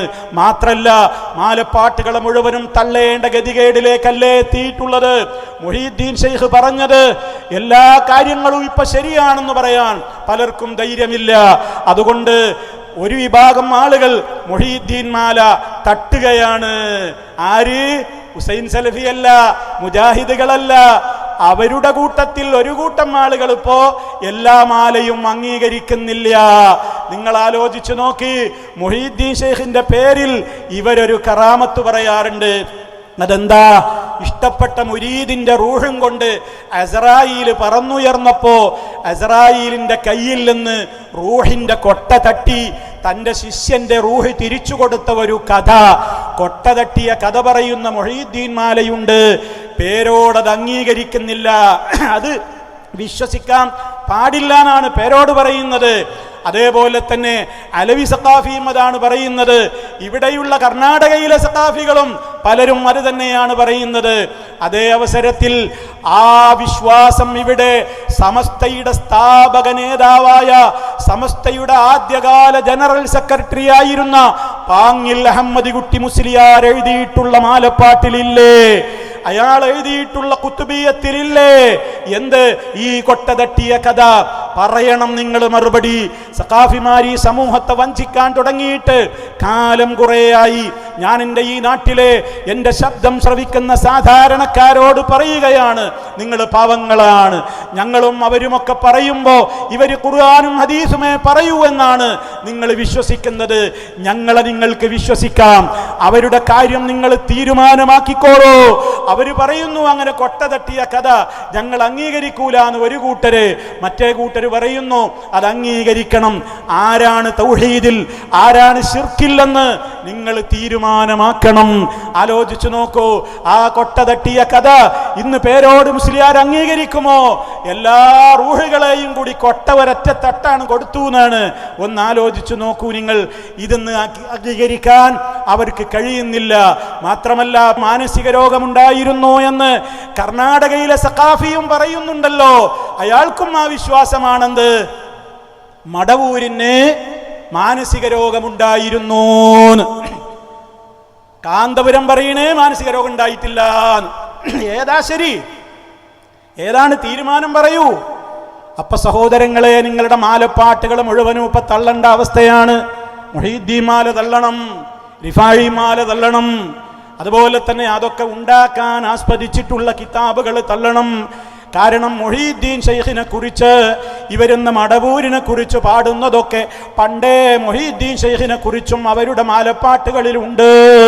ഇരുന്നേയിരിപ്പിൽ ഏഴാകാശം കണ്ടോവർ ഏറും മലക്കൂത്തിൽ രാജാളി എന്നോവർ എല്ലായിലും മേലെ അർശിങ്കൽ ചെന്നോവർ തൻ്റെ കണ്ണെപ്പോഴും ലൗഹില്ലതെന്നോവർ അർശിന്റെ കൺട്രോൾ വരെ ജീലാനിക്കാണെന്ന്. മാത്രമല്ല സ്വർഗം മുഴുവനും ഞാനാണ് നിയന്ത്രിക്കുന്നത്, സർവ സ്വർഗങ്ങളും എനിക്ക് അള്ള ഉടമപ്പെടുത്തിയിട്ട് അവിടുത്തെ രാജാവ് ഞാനാണ്, ലോകത്തുള്ള സർവ രാജാക്കളുടെയും രാജാവ് ഞാനാണ്, അർശ് എൻ്റെ കൺട്രോളിലാണ്, അർശും കുർസിയുമൊക്കെ എൻ്റെ ഒരു കൈപ്പിടിയിൽ ഒതുക്കാൻ മാത്രമേ ഉള്ളൂ, അതൊക്കെയും എൻ്റെ നിയന്ത്രണത്തിലാണെന്ന് മുഹീദ്ദീൻ ശൈഖ് പാടിയത് കിതാബിലില്ലേ മുസ്ലിയാക്കളെ? അത് തള്ളിയിട്ട് പോരെ ഈ മലയാളത്തിൽ ഇന്ന് ചില പാട്ടുകാർ പാടുന്നത് തള്ളാൻ? ഇത് ശിർക്കും കുഫറുമാണെങ്കിൽ അതെങ്ങനെ തൗഹീദായി? അതല്ല, ഇത് തൗഹീദാണെങ്കിൽ അതും തൗഹീദാണ്, ഇത് ശിർക്കും കുഫറുമാണെങ്കിൽ അതും ശിർക്കും കുഫറുമാണ് അല്ലെന്നാണോ? എങ്കിൽ നിങ്ങൾ നയം വ്യക്തമാക്കണം. നിങ്ങൾ മുജാഹിദുകളുടെ മേക്കെട്ട് കയറുകയാണല്ലേ, നിങ്ങൾ ജിന്നും അതേപോലെ തന്നെ മറ്റു പലതുമാണ് പറഞ്ഞ. ഞങ്ങൾ ഇങ്ങനെ ഒളിഞ്ഞിരിക്കുന്നു നിങ്ങൾ വിചാരിച്ചോ? ഞങ്ങൾ ഒരുപാട് തൗഹീദ്, നിങ്ങളെത്ര പാർട്ടിയാ? ഞങ്ങളെ എട്ടായി എന്നാണ് നിങ്ങൾ എണ്ണി പറയാറുള്ളത്. നിങ്ങളോ എണ്ണിയാൽ 8 അല്ല 18 അല്ല 800 അല്ല, അത്രത്തോളം വളർന്ന് കഷ്ണങ്ങളായിട്ടാണ്. ഈ മംഗലാപുരത്ത് തന്നെ അടുത്ത ദിവസങ്ങളിൽ പേരോട് സഖാഫിയെ തൊലിയുരിച്ചുകൊണ്ട്, അതേപോലെ തന്നെ കർണാടകയിലെ മറ്റൊരു സഖാഫിയെ തൊലിയുരിച്ചുകൊണ്ട് മറ്റൊരു വിഭാഗം ഇവിടെ പ്രസംഗിച്ചില്ലേ? നിങ്ങൾക്ക് മറുപടി പറയാൻ കഴിഞ്ഞോ? അവർ ചോദിക്കുന്ന ചോദ്യങ്ങൾക്ക് എന്താ? അവർ ചോദിക്കുന്ന ചോദ്യങ്ങൾക്ക് നിങ്ങൾക്ക് മറുപടി പറയാൻ കഴിയാതെ പോകുന്നതെന്നോ? അവരുദ്ധരിക്കുന്നത് ഒക്കെ നിങ്ങളുടെ പാള കിതാബുകളാണ്. നിങ്ങൾ പണ്ട് അംഗീകരിച്ചിരുന്ന കിതാബുകളിൽ നിന്നാണ് അവർ വായിക്കുന്നത്. നിങ്ങൾക്കതുകൊണ്ട് അത്ര പെട്ടെന്നത് തള്ളാൻ കഴിയൂല എന്ന് അവർക്കും അറിയാം. ധൈര്യമുണ്ടെങ്കിൽ നിങ്ങൾ ഇതൊക്കെ തള്ളു എന്ന് അവർ പറയുന്നുണ്ട്, നിങ്ങൾക്ക് തള്ളാൻ കഴിയുന്നില്ല. കാരണം എന്താണെന്നറിയോ? അള്ളാഹിനെ കുറിച്ച് പറയുന്നതൊക്കെ സൃഷ്ടികളെ കുറിച്ചും പറയാമെന്നാണ് നിങ്ങളുടെ തന്നെ ഹോജമാര് പണ്ടെഴുതിയിട്ടുള്ളത്. അള്ളാഹിന്റെ പേരൊക്കെ സൃഷ്ടികൾക്കും കൊടുക്കാമെന്ന് വരെ അള്ളാഹിന്റെ ഓരോ പേരുണ്ടോ അതൊക്കെ നബിമാരുടെ പേരിലും ഔലിയാക്കളുടെ പേരിലും ഒക്കെ പറയാം എന്ന ആ രൂപത്തിലുള്ള വിശദീകരണങ്ങളാണ് അവർ നൽകിക്കൊണ്ടിരിക്കുന്നത്. ഞങ്ങൾ പറയുന്നു അത്തരത്തിലുള്ള പിഴച്ച വാദങ്ങളൊക്കെ ശൈത്താൻ നൽകുന്ന ഇൽഹാമുകൾ മാത്രമാണ്. നിങ്ങൾ ആലോചിക്ക്, നിങ്ങളുടെ മാലപ്പാട്ടുകളുടെ മുഴുവൻ അടിസ്ഥാനം എന്താണ്? അവർക്കൊക്കെ അള്ളങ്ങനെ അപ്പപ്പ അറിയിച്ചു കൊടുക്കുകയാണത്രേ.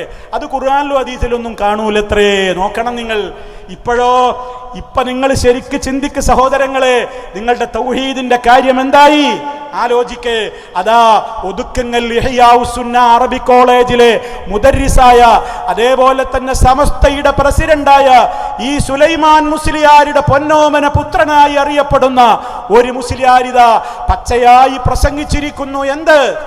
എന്ത് ഓരോരുത്തർക്ക് ഇങ്ങനെ തോന്നുന്നതൊക്കെ മുഴുവൻ ശരിയായിക്കൊള്ളണമെന്നില്ല.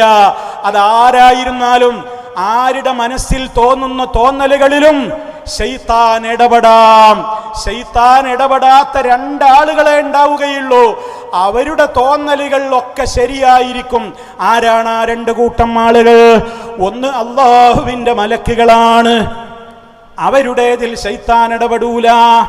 രണ്ടാമത്തെ വിഭാഗം പാപങ്ങളൊന്നും സംഭവിക്കാത്തവരായിട്ടിവിടെ മഹാന്മാരായ നബിമാരാണ്. അവരുടെ വാക്കുകളിലും പൊളിയൊന്നും ഉണ്ടാവില്ല, അവരുടെ വാക്കുകളിലും ശൈത്താൻ ഇടപെടൂല. അതുകൊണ്ട് മലക്കുകളോ നബിമാരോ അല്ലാത്ത ആരിവിടെ ഞങ്ങൾക്ക് ഇന്നതൊക്കെ തോന്നിയിട്ടുണ്ട്, ഞങ്ങൾക്ക് ഇന്ന വിവരമൊക്കെ ഇപ്പൊ മനസ്സിൽ കിട്ടിയിട്ടുണ്ട് എന്ന് പറഞ്ഞാൽ അത് വിശ്വസിക്കാൻ കൊള്ളൂല. അതൊക്കെ ശൈത്താന്റെ ഇടപെടലിൽ നിന്ന് മുക്തമായ തോന്നലുകളല്ല എന്ന് പച്ചയായി ആ മുസ്ലിയാർ ഇപ്പൊ പറഞ്ഞു കഴിഞ്ഞു. എന്തുകൊണ്ട്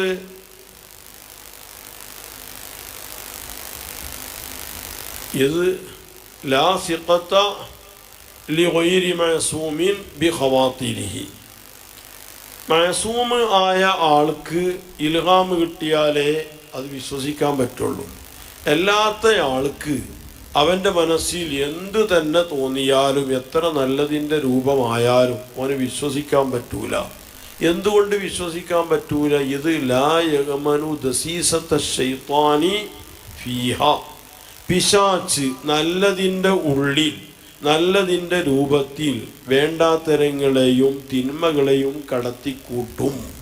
ഈ കടത്തിക്കൂട്ടുന്നത് കൊണ്ട് ഇതിൽ നിന്ന് നിർഭയത്വം അല്ലാഹു തആല പാപ സുരക്ഷിതത്വമാകുന്ന ഇസ്മത്ത് നൽകിയവർക്കേ ഉണ്ടാവുള്ളൂ.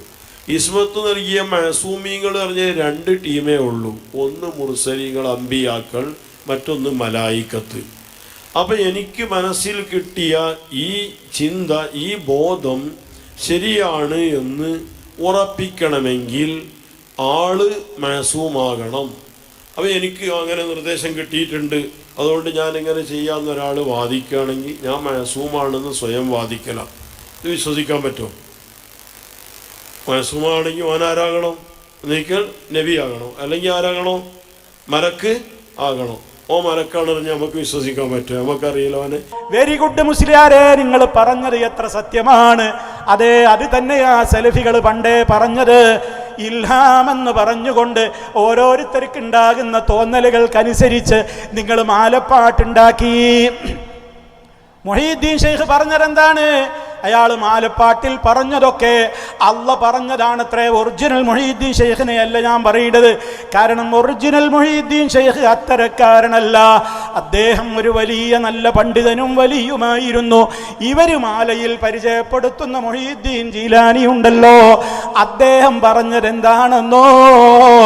ചൊല്ലിയില്ല ഞാനൊന്നും എന്നോട് ചൊല്ലാതെ, ചൊല്ല് നീ എൻ്റെ അമാനില്ലാതെന്നോവർ. മുഹീദ്ദീൻ ഷെയ്ഖ് അവകാശപ്പെടുകയാണ്, ഞാനൊന്നും ചൊല്ലിയിട്ടില്ല. ഞാൻ എന്ത് ചൊല്ലുന്നുണ്ടെങ്കിലും അള്ള എന്നോട് ചൊല്ലാൻ പറഞ്ഞിട്ടാ ഞാൻ ചൊല്ലുന്നത്. ചിന്തിക്ക് സഹോദരന്മാരെ, മുത്ത മുസ്തഫയോടെ ഇവിടെ വഹി അവസാനിച്ചില്ലേ? വാനലോകത്ത് നിന്ന് അള്ളാഹു ഒരാളോട് നേരിട്ട് സംസാരിക്കുന്ന ആ രീതി അള്ളാന്റെ റസൂലോടുകൂടെ അവസാനിച്ചില്ലേ? നബിതങ്ങൾ അന്ത്യപ്രവാചകരല്ലേ? അന്ത്യപ്രവാചകനായ മുത്ത മുസ്തഫയുടെ വഫാത്തിന്റെ ശേഷം ഇനി ഇവിടെ ആർക്കാണ് വഹി കിട്ടുക? ഇനി ഇവിടെ ആർക്കാണ്, ആരോടാണ് അള്ളാഹു നേരിട്ട് സംസാരിക്കുക? നബിയോടോ മലക്കിനോടോ അല്ലാത്ത ആ നിലക്ക് കിട്ടിയ തോന്നലുകളും ഇൽമുകളുമൊന്നും ദീനിൽ തെളിവല്ല. അതൊക്കെ ശൈത്താന്റെ ഇടപെടലില്ലെന്ന് മുക്തമാവില്ലെന്ന് അബ്ദുള്ള മുസ്ലിയാരടക്കമുള്ള സമസ്തക്കാർക്ക്, സമസ്തയുടെ മുശാവറയിലേക്ക് അടുത്ത് തന്നെ കടന്നു വരാൻ നിൽക്കുന്ന വലിയ പണ്ഡിതനായ ആ മുസ്ലിയാർക്ക് വരെ തുറന്നു പറയേണ്ടി വന്നുവെങ്കിൽ, ഓ സലഫികളെ, നമ്മുടെ അധ്വാനത്തിന് ഫലം കാണുന്നുണ്ട്. മാലപ്പാട്ടുകൾ കുഴിച്ചു മൂടിക്കോ. കാരണം മാലപ്പാട്ടുകളിൽ കാണുന്നതൊക്കെ അവർ സ്വന്നേ ബൈത്തീന്നും ബഹ്ജാ കിതാബീന്നും അങ്ങനെ തക്മീല തന്നിന്നും കണ്ടോവർ. മാല ഉണ്ടാക്കിയത് അവർ സ്വന്ന ബൈത്തിൽ നിന്നാണ്. യാര് സ്വന്ന ബൈത്ത്? ജീലാനി സ്വന്ന ബൈത്ത്. ജീലാനിയോട് ചൊല്ലാൻ ആരാ കൽപ്പിക്കുന്നത്? അള്ളയാണത്രേ. ചൊല്ലിയില്ല ഞാനൊന്നും എന്നോട് ചൊല്ലാതെ, ചൊല്ല് നീ എൻ്റെ അമാനില്ലാതെന്നോവർ. നിനക്കെന്റെ കാവലുണ്ട്, ചൊല്ലിക്കോന്ന് അള്ള പറയണതേ ഞാൻ ചൊല്ലാറുള്ളൂന്ന്. ഒന്ന് ആലോചിച്ചു നോക്കൂ നിങ്ങൾ. ഇതല്ലേ മുഹീദ്ദീൻ മാല? ഇതല്ലേ റിഫായി മാല? ഇതല്ലേ നിങ്ങളുടെ കുത്തുബിയത്ത്? ഇതല്ലേ നിങ്ങളുടെ റാത്തീബുകളൊക്കെ മുഴുവനും? ആലോചിച്ചു നോക്ക്. തോട്ടിലെറിഞ്ഞോ? കാരണം അവരവർക്ക് കിട്ടിയ തോന്നലുകൾ ഇതൊക്കെ ശൈത്താൻ കൊടുത്ത വഴികളല്ലേ? ശൈത്താനിന്റെ കാര്യങ്ങൾ അതിൽ മുക്തമാവാതിരിക്കാൻ മാത്രം ഇവരാരും നബിമാരല്ലല്ലോ, മലക്കുകളുമല്ലല്ലോ. എന്തേ കാരണം? മലക്കാണെങ്കിൽ മുഴുവൻ ശരിയാകും, നബിമാരാണെങ്കിലും ശരിയാകും. അല്ലാത്തവരുടേത് ശരിയാവാൻ സാധ്യതകൾ കുറവാണ്. അത് ശരിയായി കൊള്ളണമെന്നില്ല എന്നല്ലേ മുസ്ലിയാരെ നിങ്ങളിപ്പോൾ പ്രസംഗിച്ചിട്ടുള്ളത്. അതുകൊണ്ട് തന്നെയാ ഞങ്ങൾ ചോദിക്കുന്നത്, ഇനി എങ്ങനെ നിങ്ങൾ മാലപ്പാട്ട് ചൊല്ലും? ഇനി എങ്ങനെ ഖുത്ബിയത്ത് മങ്കൂസ് മൗലീദ് ഇനി നിങ്ങൾക്ക് എങ്ങനെ ചൊല്ലാൻ പറ്റും? കാരണം പേരോട് മുസ്ലിയാർ തന്നെ പറഞ്ഞു, അള്ളാന്റെ റസൂലിന്റെ ഒറിജിനൽ കോലത്തിൽ അള്ളാഹുവിന്റെ റസൂലിനല്ലാതെ വരാൻ കഴിയൂല, ശൈത്താൻ ഇടപെടൂല. ശൈത്താനിനൊരിക്കലും നബി സല്ലല്ലാഹു അലൈഹി വസല്ലമിന്റെ രൂപത്തിൽ പ്രത്യക്ഷപ്പെടാൻ കഴിയൂല. പക്ഷേ ഒരു കാര്യം നമ്മൾ മനസ്സിലാക്കണം, അള്ളാന്റെ റസൂലാണ് ഞാൻ എന്ന് പറഞ്ഞുകൊണ്ട് നബി തങ്ങളുടെ രൂപത്തിൽ അല്ലാതെ ശൈത്താൻ വരാലോ? അത് ആ രൂപത്തിലല്ലേ പേരോട് മുസ്ലിയാർ സംസാരിച്ചിട്ടുള്ളത്. അതോടുകൂടി മങ്കൂസ് മൗലീദിന്റെ കാര്യവും തീരുമാനമായി. കാരണം നബിയാണെന്ന് ഉറപ്പിക്കണമെങ്കിൽ അത് സഹാബിക്കെ ഉറപ്പിക്കാൻ പറ്റൂ. അല്ലെങ്കിൽ അള്ളാന്റെ റസൂലിന് ഹദീസിൽ പറഞ്ഞ ഏതൊക്കെ ഗുണങ്ങളുണ്ടോ അതൊക്കെ ശരിക്ക് കലക്കി കുടിച്ച ഒരു പണ്ഡിതന് മാത്രമേ നബിയെ കണ്ടാ നബിയാണെന്ന് മനസ്സിലാകൂ. അല്ലാത്തവരുടെ കാര്യം അത് ശൈത്താനാവാം എന്ന് പേരോട് മുസ്ലിയാർ ആ സത്യം ലോകത്തോട് വിളിച്ചു പറഞ്ഞു. അൽഹംദുലില്ലാഹ്. അതോടുകൂടെ മങ്കൂസ് മൗലിദും തോട്ടിലേക്ക് എറിയണം. കാരണം അതിന്റെ അവസാന ഭാഗത്ത് പറയുന്ന കഥ ഒരു അമുസ്ലിമായ മനുഷ്യൻ റസൂലുള്ളാഹിനെ സ്വപ്നം കണ്ട കഥയാണ്. പോയില്ലേ? മങ്കൂസ് തോട്ടിലായി, ശറഫൽ അനാമ് തോട്ടിലായി, മുഹീദ്ദീൻ മാല തോട്ടിലായി, ഖുത്ബിയത്ത് പോയി, റിഫായി മാല പോയി, എല്ലാം പോയി. നോക്കൂ നിങ്ങൾ, ഇങ്ങനെയാണ് നന്മയിലേക്ക് മടങ്ങി വരൽ. നമ്മളിവിടെ പേരോടിനെയോ അത് അംഗീകരിച്ച മുസ്ലിയാക്കന്മാരെയോ കുറ്റപ്പെടുത്താനല്ല. നല്ല കാര്യമാണ്, നിങ്ങൾ അങ്ങനെയൊക്കെ കുറേ കാര്യങ്ങൾ തിരുത്തി പറയുന്നുണ്ട്. പക്ഷേ അത് ഇഖ്ലാസോടെ പറയണം. നിങ്ങളത് ഇഖ്ലാസോടുകൂടെ പറയണം. എന്തേ കാരണമെന്നോ, നിങ്ങൾ പലപ്പോഴും ഞങ്ങളുടെ മുമ്പിൽ മറുപടിയില്ലാതെ പിടിച്ചു നിൽക്കാൻ വേണ്ടി ചിലതൊക്കെ നിഷേധിക്കുന്നുണ്ട്. പക്ഷേ അതോടുകൂടി നിങ്ങൾ പണ്ട് സ്ഥാപിച്ച അടിത്തറയാണ് ഇളക്കി മറിക്കുന്നത്. വല്ലാത്തൊരത്ഭുതല്ലേ? ഇപ്പൊ നോക്കൂ നിങ്ങൾ, എത്രത്തോളം കാര്യങ്ങളിലാ ഇപ്പം മാറി മറിഞ്ഞത്, ഏതെല്ലാം വിഷയങ്ങളിലാ മാറ്റം വന്നത്. അപ്പൊ പേരോടിനൊപ്പം മറ്റേ വിഭാഗം പറയുന്നത് എന്താണെന്നറിയോ? ഒറിജിനൽ വഹാബിയേക്കാൾ കടുത്ത വഹാബിയാണ് പേരോട് എന്നാണ് ഇപ്പൊ പറയുന്നത്. അപ്പുറത്തുള്ള സമസ്തക്കാര് എന്താ പറയുന്നത്? ഒറിജിനൽ വഹാബിയേക്കാൾ കടുത്ത വഹാബിയാണ് പേരോട്. ഒന്ന് ആലോചിച്ച് നോക്കുക. ആ പേരോടാണ് ഇപ്പൊ പറയുന്നത്. എന്ത്?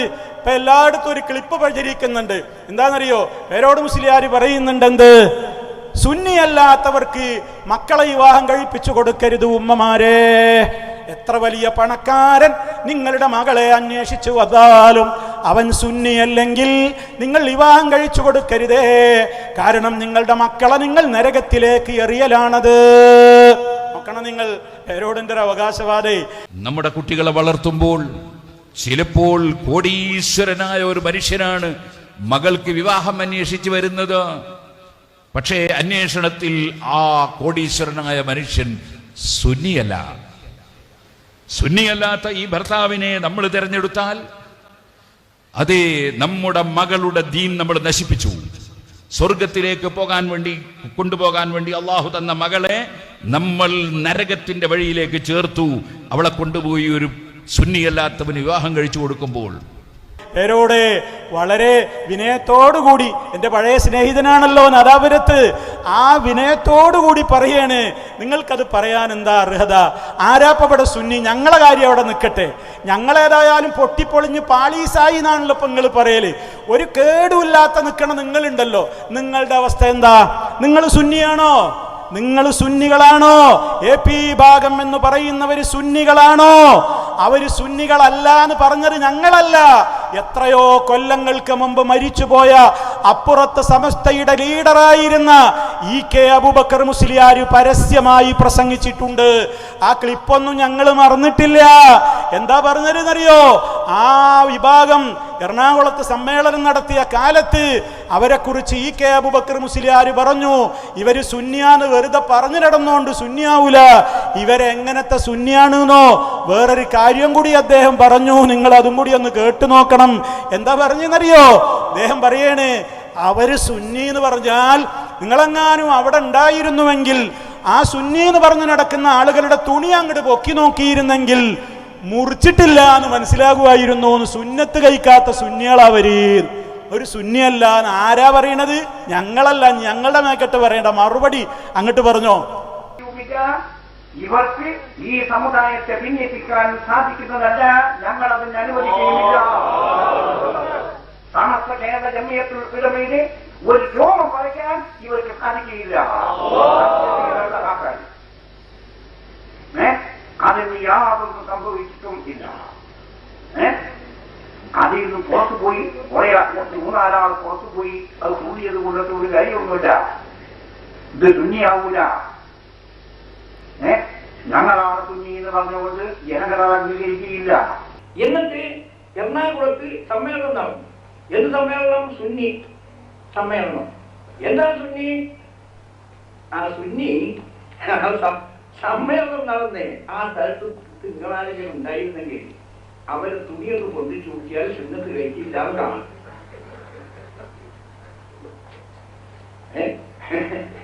സുന്നത്ത് കഴിക്കാത്ത സുന്നി.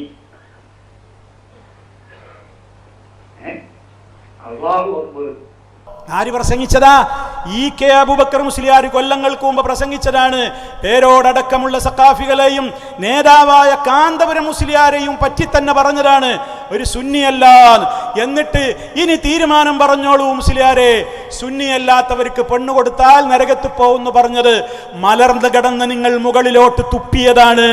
നിങ്ങളുടെ നെഞ്ചത്തേക്കും മുഖത്തേക്കുമാണ് ആ ആരോപണം വന്ന് വീണിരിക്കുന്നത്.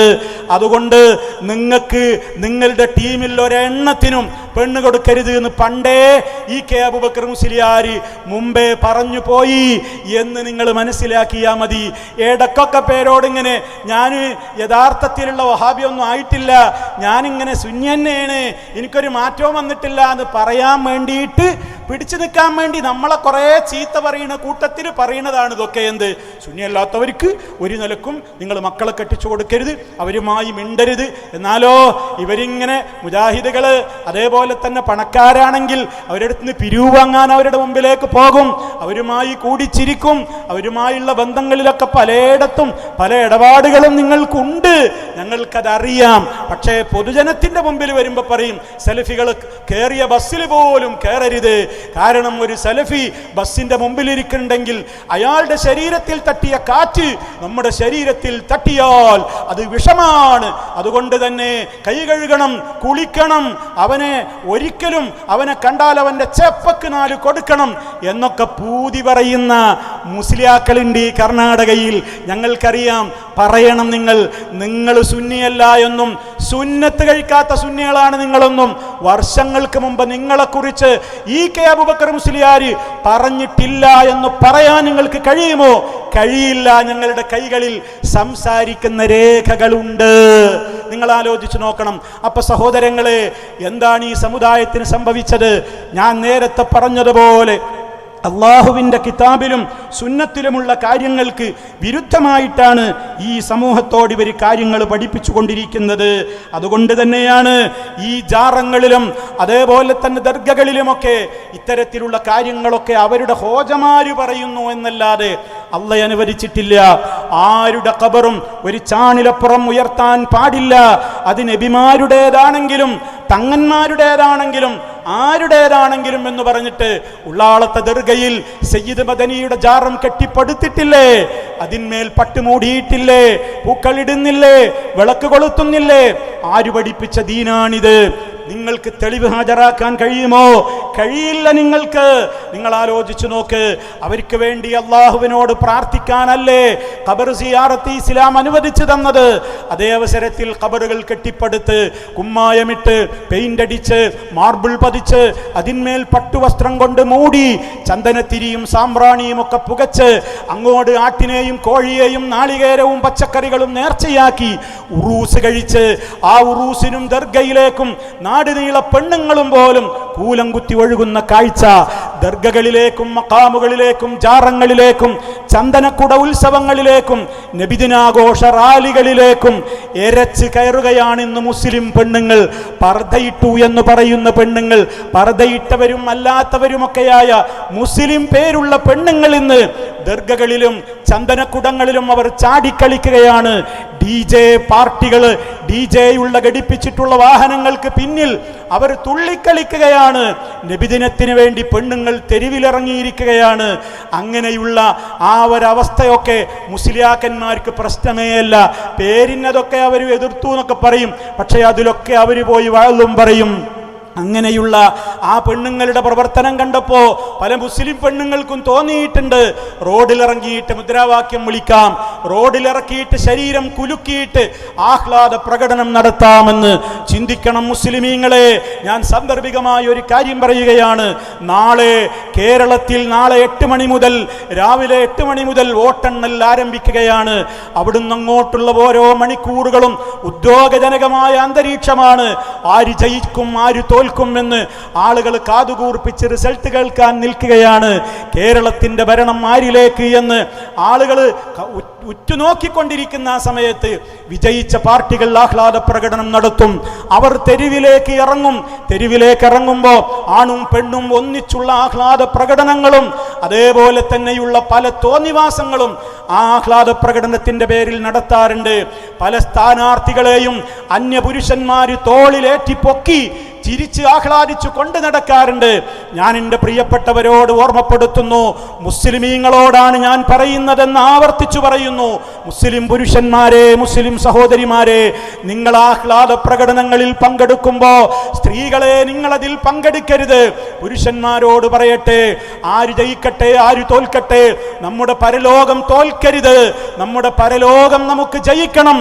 അതിന് വിരുദ്ധമാകുന്ന നിലക്കുള്ള ഒരാഹ്ലാദ പ്രകടനങ്ങളിലും നിങ്ങൾ പങ്കെടുക്കരുത്. DJ പാട്ടിനനുസരിച്ച് തുള്ളുന്ന പെണ്ണുങ്ങളായി മുസ്ലിം പെണ്ണുങ്ങളെ നിങ്ങൾ അധപ്പതിക്കരുത്. നിങ്ങളോടിത് പറയാൻ ഞങ്ങൾക്ക് അവകാശമുണ്ട്. അതൊന്നും തെറ്റല്ല.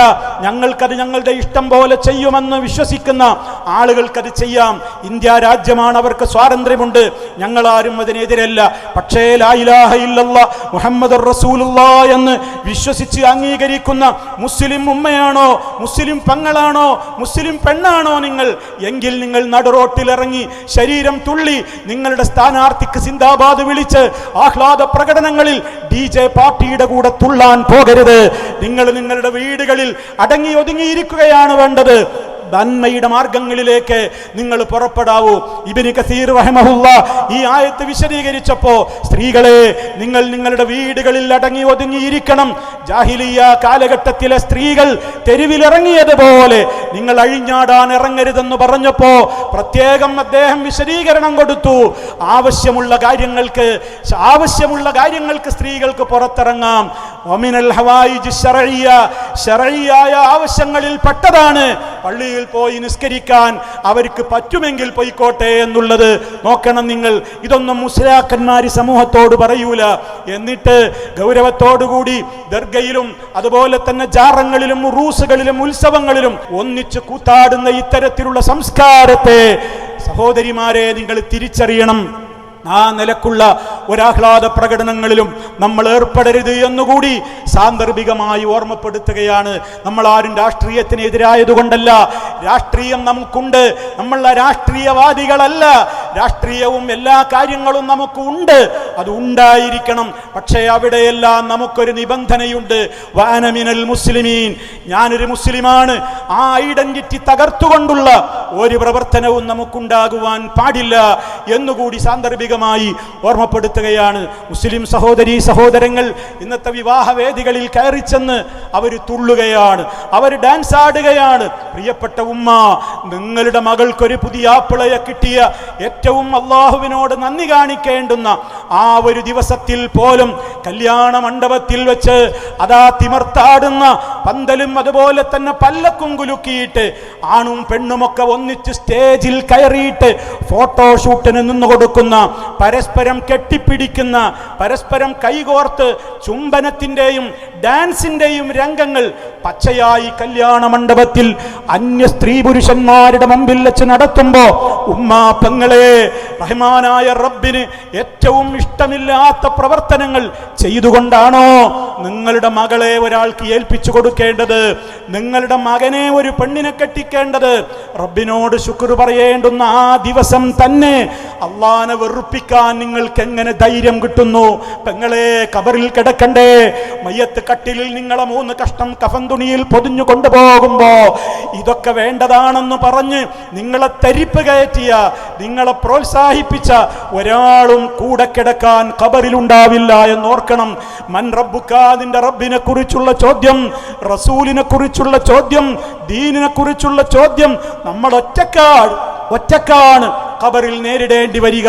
അവിടെ ഈ തോന്നിവാസങ്ങൾക്ക് നമ്മളെ പ്രേരിപ്പിച്ചവർ സിനിമാ ഹാളുകളിൽ പോയിട്ട് അവിടെ പോയിരുന്നിട്ട് അവിടെ പ്രദർശിപ്പിക്കുന്ന സിനിമകൾ കണ്ടിട്ട് ആമീൻ ആമീൻ എന്ന് പറഞ്ഞ് കൂട്ടപ്രാർത്ഥന നടത്തിയിട്ട് റീൽസുകളാക്കി വിടാൻ ഏത് ഉമ്മ പറ്റ മക്കൾക്കാണ് ഇവിടെ ധൈര്യം വന്നതെങ്കിൽ ആ ഉമ്മമാര് ചിന്തിക്കട്ടെ. നിങ്ങളുടെ ഗർഭാശയത്തിൽ വളർന്ന ആ മോള്, ആ മക്കള്, നിങ്ങൾ ജനിപ്പിച്ചു വിട്ട ആ മക്കള് പരലോക കോടതിയിൽ നിങ്ങൾക്കെതിരെ തിരിഞ്ഞുകൊത്തും എന്ന കാര്യത്തിൽ സംശയമില്ല. കാരണം നിങ്ങൾ കൺട്രോൾ ചെയ്തിരുന്നുവെങ്കിൽ അവർ ഈ കൂത്താട്ടത്തിന് പുറത്തിറങ്ങുമായിരുന്നില്ല. നിങ്ങളാണ് ലൈസൻസ് കൊടുത്തത്, നിങ്ങളാണ് അവർക്ക് എല്ലാ പേടിയും ഇല്ല, പൊയ്ക്കോളൂ, സ്വതന്ത്രരാണെന്ന് പറഞ്ഞ് നിങ്ങളെ കയറൂരി വിട്ടത്. ആലോചിച്ചു നോക്കണം, എവിടേക്കാണ് ഈ സമൂഹം എത്തിപ്പെടുന്നത്? ദിക്റുകളും ദുആകളും ഈ സമൂഹത്തിന് പരിചയമില്ലാതെയായി മാറുകയാണ്. ഖുർആനിന്റെ പഠനം സമൂഹത്തിൽ നിന്നും മാറി നിൽക്കുകയാണ്. ആർക്കാണ് ഖുർആൻ പഠിക്കാൻ താല്പര്യമുള്ളത്? പ്രിയപ്പെട്ടവരെ, അള്ളാഹുവിന്റെ ഖുർആൻ പഠിക്കുന്നവനെ പോലെ, അത് പഠിപ്പിക്കുന്നവനെ പോലെ ഏറ്റവും ഉത്തമൻ വേറെ ആരാ ഉള്ളത്? എൻ്റെ ശബ്ദം ശ്രവിക്കുന്ന ഓരോ ഉമ്മയോടും ഉപ്പയോടും സഹോദരീ സഹോദരന്മാരോടും ഞാൻ വസിയത്ത് പറയുകയാണ്. ഇന്ന് നമ്മൾ മരിച്ചു കഴിഞ്ഞാൽ ഖുർആൻ പഠിക്കാത്തതിന്റെ പേരിൽ മരണനേരത്ത് വിലപിക്കും, ഒരു സംശയവുമില്ല. ഖബറിൽ കരയേണ്ടി വരും, മഹ്ശറിൽ കരയേണ്ടി വരും. അതിന്റെ മുമ്പേ പഠിച്ചോളൂ, അള്ളാന്റെ ഖുർആൻ പഠിച്ചോളൂ, ഹദീസുകൾ പഠിച്ചോളൂ, സഹാബികളുടെ ചരിത്രങ്ങൾ പഠിച്ചോളൂ. രാവിലെ ഉണർന്നത് മുതൽ രാത്രി ഉറങ്ങും വരെ ചൊല്ലേണ്ടുന്ന 100 കണക്കിന് ദിക്റുകളുണ്ട്, ദുആകളുണ്ട്. അർത്ഥസഹിതം നിങ്ങളത് ചൊല്ലണം, അത് നിങ്ങൾ ചൊല്ലിക്കണം. നിങ്ങളുടെ മക്കൾക്കത് പഠിപ്പിച്ചു കൊടുക്കണം. നമ്മുടെ വീടുകളിൽ നിരന്തരം ഖുർആൻ പാരായണം ഉണ്ടായിക്കൊണ്ടേയിരിക്കണം. കാരണം ഖുർആൻ ഓതുന്ന വീടുകളിൽ ശൈത്താനിന്റെ പ്രവേശനം ഉണ്ടാവുകയില്ല. നമ്മുടെ വീടുകളിൽ നിന്ന് മാതാപിതാക്കളും മക്കളും തമ്മിൽ വഴക്കാണ്, ഭാര്യയും ഭർത്താവും തമ്മിൽ പരസ്പരം പിണക്കമാണ്, അങ്ങോട്ടും ഇങ്ങോട്ടും വഞ്ചിക്കുകയാണ്. ഈ ശൈത്താനിയത്ത് നമ്മുടെ വീടിന്റെ അകത്തേക്ക് വരുന്നത് എന്തുകൊണ്ട്? ഖുർആൻ അവിടെ പാരായണം ചെയ്യുന്നില്ല, ഖുർആൻ പഠിക്കുന്നില്ല, ബിസ്മി ചൊല്ലി വീട്ടിലേക്ക് കയറുന്നില്ല. വീടിൻ്റെ അന്തരീക്ഷം ഇസ്ലാമികമായി മാറുന്നില്ല. പുറത്തേക്കിറങ്ങുന്ന വേഷം വളരെ മോശമായ വേഷമാണ്. മറ്റുള്ളവരെ കാണിക്കാൻ വേണ്ടിയിട്ട് വളരെയേറെ ഇറുകിയ പർദ്ദകൾ ഇട്ടുകൊണ്ടാണ്, ബോഡി ഫിറ്റ് പർദ്ദകൾ ധരിച്ചുകൊണ്ട്, ബോഡി ഷേപ്പ് പ്രകടമാക്കുന്ന പർദ്ദകൾ ധരിച്ചുകൊണ്ട്, പേരിന് പലപ്പോഴും ജീൻസും ഷർട്ടും ഇട്ടുകൊണ്ട്, പലപ്പോഴും പർദ്ദ എന്ന പേരിൽ ബട്ടണുകളില്ലാത്ത എന്തോ ഒരു വസ്ത്രം ഇങ്ങനെ തുറന്നു പിടിച്ച് ഉള്ളിലിട്ടിട്ടുള്ള ഇറുകിയ അവരുടെ ജീൻസും അവരുടെ ടീഷർട്ടും പുറമേക്ക് കാണിക്കുന്ന നിലയ്ക്ക്, അതേപോലെ പേരിനൊരു സ്കാർഫ് ഇങ്ങനെ തലയിൽ കെട്ടിയിട്ട് അതും ചെകുത്താനെ സന്തോഷിപ്പിക്കുന്ന നിലയ്ക്ക് റിബണുകൾ കൊണ്ടും വെപ്പ് മുടികൾ കൊണ്ടും ആ രൂപത്തിലുള്ള കൃത്രിമ മുടികൾ കൊണ്ടുമൊക്കെ ഒട്ടകത്തിന്റെ പൂഞ്ഞകളെ പോലെ തലകൾ ഇങ്ങനെ വീർപ്പിച്ച് വലുതാക്കി അതിന്മേലൊരു സ്കാർഫും ചുറ്റിയാൽ അള്ളാഹുവിന്റെ റസൂല് പറഞ്ഞില്ലേ, ലാ യദ്ഖുൽനൽ ജന്ന, ആ സ്ത്രീകൾ സ്വർഗത്തിൽ കടക്കില്ല. തീർന്നില്ല, വലാ യജിദ്ന റീഹഹാ, ആ സ്വർഗത്തിന്റെ മണം പോലും അവർക്ക് ആസ്വദിക്കാനാവില്ല. ഉമ്മമാരെ, നമ്മുടെ പെൺമക്കളെ നമ്മൾക്കല്ലേ കൺട്രോൾ ചെയ്യാൻ കഴിയൂ? ബാപ്പമാര് ചിന്തിക്ക്, നാളെ മഹ്ശറിൽ പരലോക കോടതിയിൽ നമ്മളെ കാണുമ്പോ മക്കളോടുന്നു, മക്കളെ കാണുമ്പോ നമ്മളോടുന്നു. ആർക്കും ആരെയും നോക്കാൻ നേരമില്ല. നഫ്സി നഫ്സി, എനിക്കെന്റെ കാര്യം, എനിക്കെന്റെ കാര്യം. ആരെ പകരം നരകത്തിലിട്ടോ റബ്ബേ, എന്നെ ഒന്ന് ഒഴിവാക്കി തരൂ എന്ന് പറഞ്ഞുകൊണ്ട് ഭർത്താവ് ഭാര്യയെ ചൂണ്ടുന്ന, ഭാര്യ ഭർത്താവിനെ ചൂണ്ടുന്ന, ബാപ്പ മക്കളെ ചൂണ്ടുന്ന, മക്കള് ബാപ്പയെ ചൂണ്ടുന്ന, ആങ്ങളെ പെങ്ങളെ ചൂണ്ടിക്കാണിക്കുന്ന, പെങ്ങൾ ആങ്ങളെ ചൂണ്ടിക്കാണിക്കുന്ന ലോകമാണത്. കാരണം എല്ലാവരും ഭീതിയിലാണ്. ആ സമയത്ത് നമുക്ക് തണല് കിട്ടാൻ, നമ്മെ രക്ഷപ്പെടുത്താൻ നമ്മുടെ അമലുകളെ ഉണ്ടാവുകയുള്ളൂ. പ്രിയമുള്ളവരെ, മറ്റുള്ളതൊക്കെ ഖബർ വരെ മാത്രമേ ഉണ്ടാവുകയുള്ളൂ. നൂറുകണക്കിന് പവന്റെ ആഭരണങ്ങൾ ബാങ്ക് ലോക്കറുകളിലും നിങ്ങളുടെ ശരീരത്തിലും നിങ്ങൾ അണിഞ്ഞും അണിയാതെയും ഒക്കെ സൂക്ഷിച്ചു വെച്ചിട്ടുള്ള പൊന്നുണ്ടല്ലോ, സക്കാത്ത് പോലും കൊടുക്കാതെ കിട്ടുന്ന ആഭരണത്തിന് സക്കാത്തില്ല എന്ന ന്യായവും പറഞ്ഞ് ആഭരണത്തിന്റെ സക്കാത്ത് കൊടുക്കാതെ എത്രയോ പൊന്നിന്റെ ഉടമകളായ സ്ത്രീകള് ഖബറിലേക്ക് പോകുമ്പോ നിങ്ങളുടെ മയ്യത്ത് കുളിപ്പിക്കുന്ന നേരത്ത് മയ്യത്ത് കുളിപ്പിക്കുന്ന പെണ്ണുങ്ങൾ പരിശോധിക്കും, അടിമുടി നിങ്ങളെ പരിശോധിക്കും. പെങ്ങളെ, നിങ്ങളുടെ വിരലിലോ നിങ്ങളുടെ അരയിലോ നിങ്ങളുടെ കൈത്തണ്ടയിലോ വല്ല വളയും കിടപ്പുണ്ടോ, വല്ല മോതിരത്തിന്റെ കഷ്ണവുമുണ്ടോ, വല്ല അരഞ്ഞാണവുമുണ്ടോ, ഒരു മൂക്കുത്തിയെങ്കിലുമുണ്ടോ? ഉണ്ടെങ്കിൽ അതൊക്കെ നിങ്ങളുടെ ചീർത്ത് വീർത്ത ആ മയ്യത്തിൽ നിന്ന് ഊരിയെടുക്കാൻ പറ്റിയില്ലെങ്കിൽ സിസറുകൾ ഉപയോഗപ്പെടുത്തി കത്രികകൾ വെച്ച് മുറിച്ചിട്ട് ആ മോതിരം പോലും വള പോലും ഊരിയെടുത്തിട്ടല്ലാതെ നിങ്ങളുടെ മയ്യത്ത് കഫം ചെയ്യൂല, നിങ്ങളെ ഖബറിലേക്ക് കൊണ്ടുപോകൂല. ആരെ കാണിക്കാനാ പെങ്ങളെ നിങ്ങൾ ശരീരം നിങ്ങൾ ആരെ കാണിക്കാനായി പ്രദർശിപ്പിക്കുന്നത്? അള്ളാഹുവിനെ ഭയമുള്ളവരോടാ ഞാൻ പറയുന്നത്, അല്ലാത്തവരോട് എനിക്ക് സംസാരമില്ല. കാരണം അവർക്കതിനൊക്കെ സ്വാതന്ത്ര്യമുണ്ട്, അവർക്കതിനൊക്കെ സ്വാതന്ത്ര്യമുണ്ടല്ലോ. അതുകൊണ്ട് തന്നെ എല്ലാ സ്വാതന്ത്ര്യവും അവർക്കുണ്ടല്ലോ.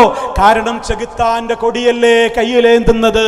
അതുകൊണ്ട് തന്നെ പ്രിയമുള്ളവരെ, പടച്ചവനെ പേടിയുള്ള നിങ്ങൾ 5 നേരത്തെ നിസ്കാരത്തിന്റെ കാര്യത്തിലും ദിക്റുകളുടെയും ദുആകളുടെയും കാര്യത്തിലും അതേപോലെ വേഷവിധാനത്തിന്റെ കാര്യത്തിലും മാതാപിതാക്കളെ പരിപാലിക്കുന്ന കാര്യത്തിലും ഭർത്താവിനോടുള്ള കടമ നിർവഹിക്കുന്ന കാര്യത്തിലും ഭാര്യയോടുള്ള കടമ നിർവഹിക്കുന്ന കാര്യത്തിലും എന്നുവേണ്ട ജീവിതത്തിന്റെ ഏതേത് മേഖലകളിൽ നമുക്ക് എന്തെല്ലാം ചെയ്യുവാനുണ്ടോ അതിലൊക്കെ നമ്മുടേതായ കടമകൾ നമ്മൾ കൃത്യമായി തന്നെ നിർവഹിച്ചുകൊണ്ട് മുന്നോട്ട് പോകണം. അല്ലാതെയായാൽ നമുക്ക് പരലോകത്ത് കരയേണ്ടി വരും. അല്ലാഹുവിൻ്റെ റസൂൽ സല്ലല്ലാഹു അലൈഹി വസല്ലമ അവിടുത്തെ നാമങ്ങൾ കേൾക്കുമ്പോൾ നമ്മൾ ഭക്തിയോടെ സ്വലാത്ത് ചൊല്ലുന്നുണ്ട്. ഒരു തവണ സ്വലാത്തിനെ ചോദിച്ചാൽ അള്ളാഹു നമുക്ക് 10 ഗുണമാണ് ഓഫർ ചെയ്യുന്നത്. മുജാഹിദുകൾക്ക് ദിക്റില്ല, സലഫികൾക്ക് ദിക്റില്ല, അവർക്ക് ദുആഇല്ല, അവര് സ്വലാത്ത് ചൊല്ലൂല എന്നൊക്കെ നമ്മളെ കുറിച്ച് ദുരാരോപണം പറയുമ്പോൾ നിങ്ങളാണ് മറുപടി കൊടുക്കേണ്ടത്. മുസ്ലിയാക്കളെ, ഞങ്ങൾക്ക് ദിക്റുകളുണ്ട്, പക്ഷേ ഞങ്ങൾ നിങ്ങളുടെ ഹാ ഹൂ ഹീ എന്ന പൊട്ടൻ ദിക്റ് ഞങ്ങൾ ചൊല്ലൂല. ലാ ലാ അല്ല അല്ല ഇല്ല ഇല്ല ചാഞ്ചാടി ദിക്റ്, ചാടിക്കളി ദിക്റ്. മടവൂര് കോട്ടയിൽ ഒരു ഷാദുലി എന്ന് പറയുന്നേ, മടവൂര് കോട്ടയിൽ ഒരു അടിത്തങ്ങളുണ്ട്, അയാളുടെ നേതൃത്വത്തിൽ ഇപ്പൊ ഷാദുലി റാത്തീബ് ഇങ്ങനെ തുള്ളുകയാണ്. മുസ്ലിയാക്കന്മാരുടെ നേതൃത്വത്തിൽ പലയിടത്തും നടക്കുന്നു സ്പ്രിങ് റാത്തീബ്, കൈകൾ കോർത്ത് തുള്ളിച്ചാടിയുള്ള റാത്തീബ്. ആര് പഠിപ്പിച്ചടോ? മുത്തമുസ്തഫയും സഹാബത്തും ചേർന്നുകൊണ്ട് ഈ വിധത്തിലുള്ള ഒരു തുള്ളിക്കളി ഡാൻസ് കളിച്ചത് ഒരൊറ്റ ഹദീസ് കൊണ്ട് നിങ്ങൾക്ക് സ്വഹീഹായ നിലക്ക് തെളിയിക്കാൻ പറ്റുമോ? പറ്റില്ല നിങ്ങൾക്ക്. കാരണം എന്താണെന്നറിയോ? അതിന് നിങ്ങൾ നേരത്തെ നിയമം പറഞ്ഞു വെച്ചിട്ടുണ്ട്. ഞങ്ങളുടെ സ്വലാത്തും ഞങ്ങളുടെ ദിക്റും ഞങ്ങളുടെ റാത്തീബും ഒന്നും നിങ്ങളെ കിതാബുകളിൽ കാണൂല. കാരണം അതൊക്കെ സാധാരണക്കാരതാണ്. ഞങ്ങളെ ശൈഖുമാര് പഠിപ്പിച്ച ദിക്റും ഡാൻസും ഒക്കെ അത് അവർക്ക് ഹോട്ട് ലൈന് അള്ളങ്ങനെ അപ്പപ്പ കൊടുക്കുകയാണ്. അത് നിങ്ങളെ കിതാബിൽ കാണൂല. ഈ അടിസ്ഥാനം ശൈത്താനാ നിങ്ങളെ പഠിപ്പിച്ചത്, ഈ അടിസ്ഥാനം ചെകുത്താനാ നിങ്ങൾക്ക് പറഞ്ഞു തന്നത്.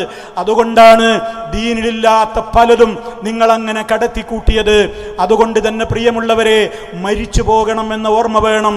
മരിച്ചു പോകേണ്ട കാര്യം എന്തിനാ നിങ്ങൾ പറയുന്നത്? സലഫികളെ, മരിച്ചവർക്ക് വേണ്ടി ഒന്നും ചെയ്യാൻ പാടില്ല എന്നല്ലേ ഞങ്ങൾ പറയുന്നത്? മരണപ്പെട്ടവർക്ക് വേണ്ടി ഒന്നും ചെയ്യാൻ പാടില്ല എന്ന് പറയുന്ന കൂട്ടരല്ലേ സലഫികളെ നിങ്ങൾ എന്ന് ഞങ്ങളെക്കുറിച്ച് ദുരാരോപണം പറയുന്നവർക്ക് ഉമ്മമാരെ, സഹോദരന്മാരെ, നിങ്ങളാണ് മറുപടി കൊടുക്കേണ്ടത്. മരിച്ചവർക്ക് ഉപകാരം കിട്ടുന്നതൊക്കെ സലഫികൾ ചെയ്യാറുണ്ട്. രോഗിയായാൽ സന്ദർശിക്കുമ്പോൾ രോഗിക്ക് വേണ്ടി പോലും അവിടെ വെച്ച് പ്രാർത്ഥിക്കുന്നുണ്ട്. മരിച്ചു കഴിഞ്ഞാലോ ആ ജനാസ സന്ദർശിക്കുന്നുണ്ട്, ആ മയ്യത്തിന് വേണ്ടി അവിടെ പ്രത്യേകം പ്രാർത്ഥിക്കുന്നുണ്ട്. മയ്യത്ത് നിസ്കാരം നിർവഹിക്കുന്നുണ്ട്. എന്നാൽ നിങ്ങൾ ഞങ്ങളെക്കുറിച്ച് പറയലെന്താണ്? ഞങ്ങൾ സർവ്വ നന്മകളും മുടക്കുന്നവരാണെന്ന്. എന്നാൽ സഖാഫിമാര് മറുപടി പറയൂ, ഇപ്പുറത്തിരിക്കുന്ന ഈ ആയിരക്കണക്കിന് സഹോദരിമാരില്ലേ, അവര് മയ്യത്ത് നിസ്കരിക്കുന്നതിനെ സംബന്ധിച്ച് കാന്തപുരം AP അബൂബക്കർ മുസ്ലിയാർ പറഞ്ഞതെന്താ അറിയോ? മണ്ണാങ്കട്ടയിലെ നിസ്കാരം എന്നാണ്. പണ്ടൊരു മണ്ണാങ്കട്ടയിലെ നിസ്കാരം. പെണ്ണുങ്ങൾ മയ്യത്ത് നിസ്കരിക്കണ്ട, ആണുങ്ങൾ നിസ്കരിച്ചാൽ മതി എന്നാണ്. വേറെ ഒരുത്തനും പറഞ്ഞിട്ടുണ്ട്, തെക്ക് ഭാഗത്തുള്ള വേറൊരു മുസ്ലിയാരും അത് പറഞ്ഞിട്ടുണ്ട്. എന്ത്? പെണ്ണുങ്ങൾ മയ്യത്ത് നിസ്കരിക്കാൻ പാടില്ല.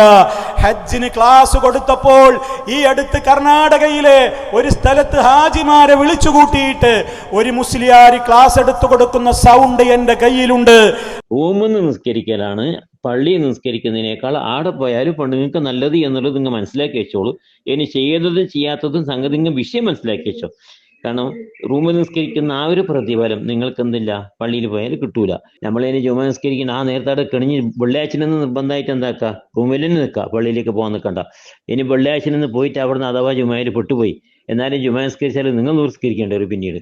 അപ്പൊ നിങ്ങൾ അതിലേക്ക് എന്താക്കണ്ട, അവിടെ നിൽക്കണ്ട. എന്നതുപോലെ തന്നെ മയ്യത്ത് നിസ്കാരം, എല്ലാ വഖത്തിനും മയ്യത്ത് നിസ്കാരം ഉണ്ടാവും. കഴിയുന്നതും കൂടാതെ കലാവാണിത്. കാരണം ഇപ്പൊ സ്ത്രീകൾക്ക് മയ്യത്ത് നിസ്കാരം ഒന്നും ഇല്ല. അപ്പോ ഈ ജുമ തീരെയല്ലേ, ജുമ നിസ്കരിച്ചെങ്കിലും വെള്ളിയാഴ്ച എന്താക്കണം നിങ്ങൾ, പിന്നെ ളുഹർ നിസ്കരിക്കണം. അയാൾ അതിൽ പറയുന്നുണ്ട്, സ്ത്രീകളെ നിങ്ങൾ ഹറമിൽ പോയാൽ നിങ്ങൾ നിസ്കരിക്കാനൊന്നും നിൽക്കണ്ട, നിങ്ങൾ നിസ്കാരത്തിലൊന്നും പങ്കെടുക്കണ്ട. അഥവാ വെള്ളിയാഴ്ച നിങ്ങൾ അവിടെ കുടുങ്ങിപ്പോയാ നിങ്ങൾ അവിടെ ജുമ നിസ്കരിച്ചിട്ടും കാര്യമൊന്നുമില്ല, നിങ്ങൾ റൂമിൽ വന്നിട്ട് വേറെ ളുഹർ നിസ്കരിക്കേണ്ടി വരുമെന്ന്. ചോദിക്കട്ടെ മുസ്ലിയാരെ, ഏത് ആശയമാ നിങ്ങൾ ഈ സമൂഹത്തോട് പറയുന്നത്? ഒരു സ്ത്രീ ജുമ നിസ്കരിച്ചാൽ അവൾക്കത് മതിയാകുന്നതാണ്, ളുഹറിന് പകരം അത് മതിയാകുന്നതാണെന്ന് എഴുതി വെക്കാത്ത കിതാബുകൾ ഏതാ ഉള്ളത്? എന്നിട്ട് ഈ പാവപ്പെട്ട ജനങ്ങളെ നിങ്ങൾ ലക്ഷക്കണക്കിന് ചെലവാക്കിയിട്ട് നിങ്ങൾ അമീറുമാരായി കൂട്ടിക്കൊണ്ടുപോയിട്ട് ജുമ പോലും നിങ്ങൾ നിസ്കരിക്കരുത്, അഥവാ നിസ്കരിച്ചാൽ നിങ്ങൾ ളുഹർ മടക്കി നിസ്കരിക്കും വേണം എന്ന് ക്ലാസ് എടുത്തു കൊടുക്കുന്നു. മാത്രമല്ല അവിടെ 5 നേരവും മയ്യത്ത് നിസ്കാരങ്ങൾ ഉണ്ടാവാറുണ്ട്.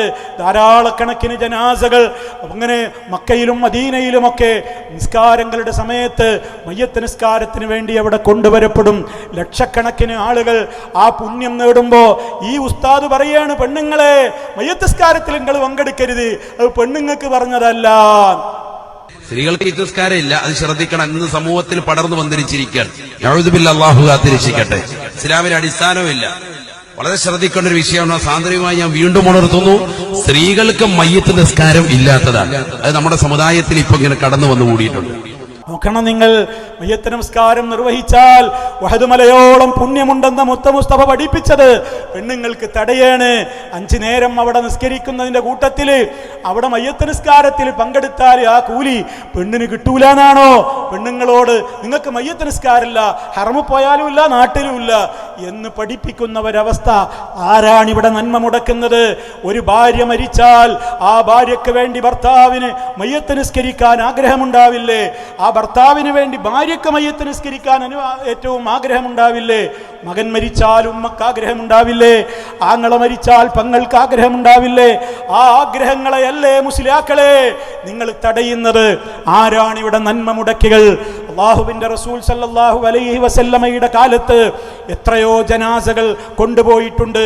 അവർ മയ്യത്ത് കൊണ്ടുപോകുമ്പോൾ ഉറക്കെ ദിക്റുകൾ ചൊല്ലിയിട്ടില്ല. മരിച്ചയിടത്ത് ഇരുന്നു കൊണ്ട് അവർ യാസീൻ ഓതിയിട്ടതിന്റെ പ്രതിഫലം ആ മയ്യത്തിന് നൽകണേ എന്ന് പറയുന്ന രീതി മുസ്തഫ നമുക്ക് കാണിച്ചിരുന്നിട്ടില്ല. അതൊക്കെയാണ് മുജാഹിദുകൾ ചെയ്യാതിരിക്കാറുള്ളത്. അതേ അവസരത്തിൽ അവർക്ക് വേണ്ടി മയ്യത്ത് നിസ്കരിക്കുന്നു. ഖബറിന്റെ അടുക്കലേക്ക് ജനാസയുടെ പിന്നാലെ മരണത്തെ കുറിച്ചുള്ള ചിന്തയോടുകൂടി മൗനമായി അവർ മയ്യത്തിന്റെ പിന്നാലെ നല്ല പേടിയോടെ, ഞാനും ഇതേപോലെ ഖബറിൽ പോയി കിടക്കേണ്ടവനല്ലേ? ആ കട്ടിലിൽ കിടക്കുന്ന മനുഷ്യനെ പോലെ അയാളുടെ എല്ലാം അവസാനിച്ചില്ലേ? അയാൾക്കിനി സൽക്കർമ്മങ്ങൾ ചെയ്യാൻ അവസരമില്ലല്ലോ. ജീവിച്ചിരിക്കുന്ന എനിക്കല്ലേ അതിന് അവസരം?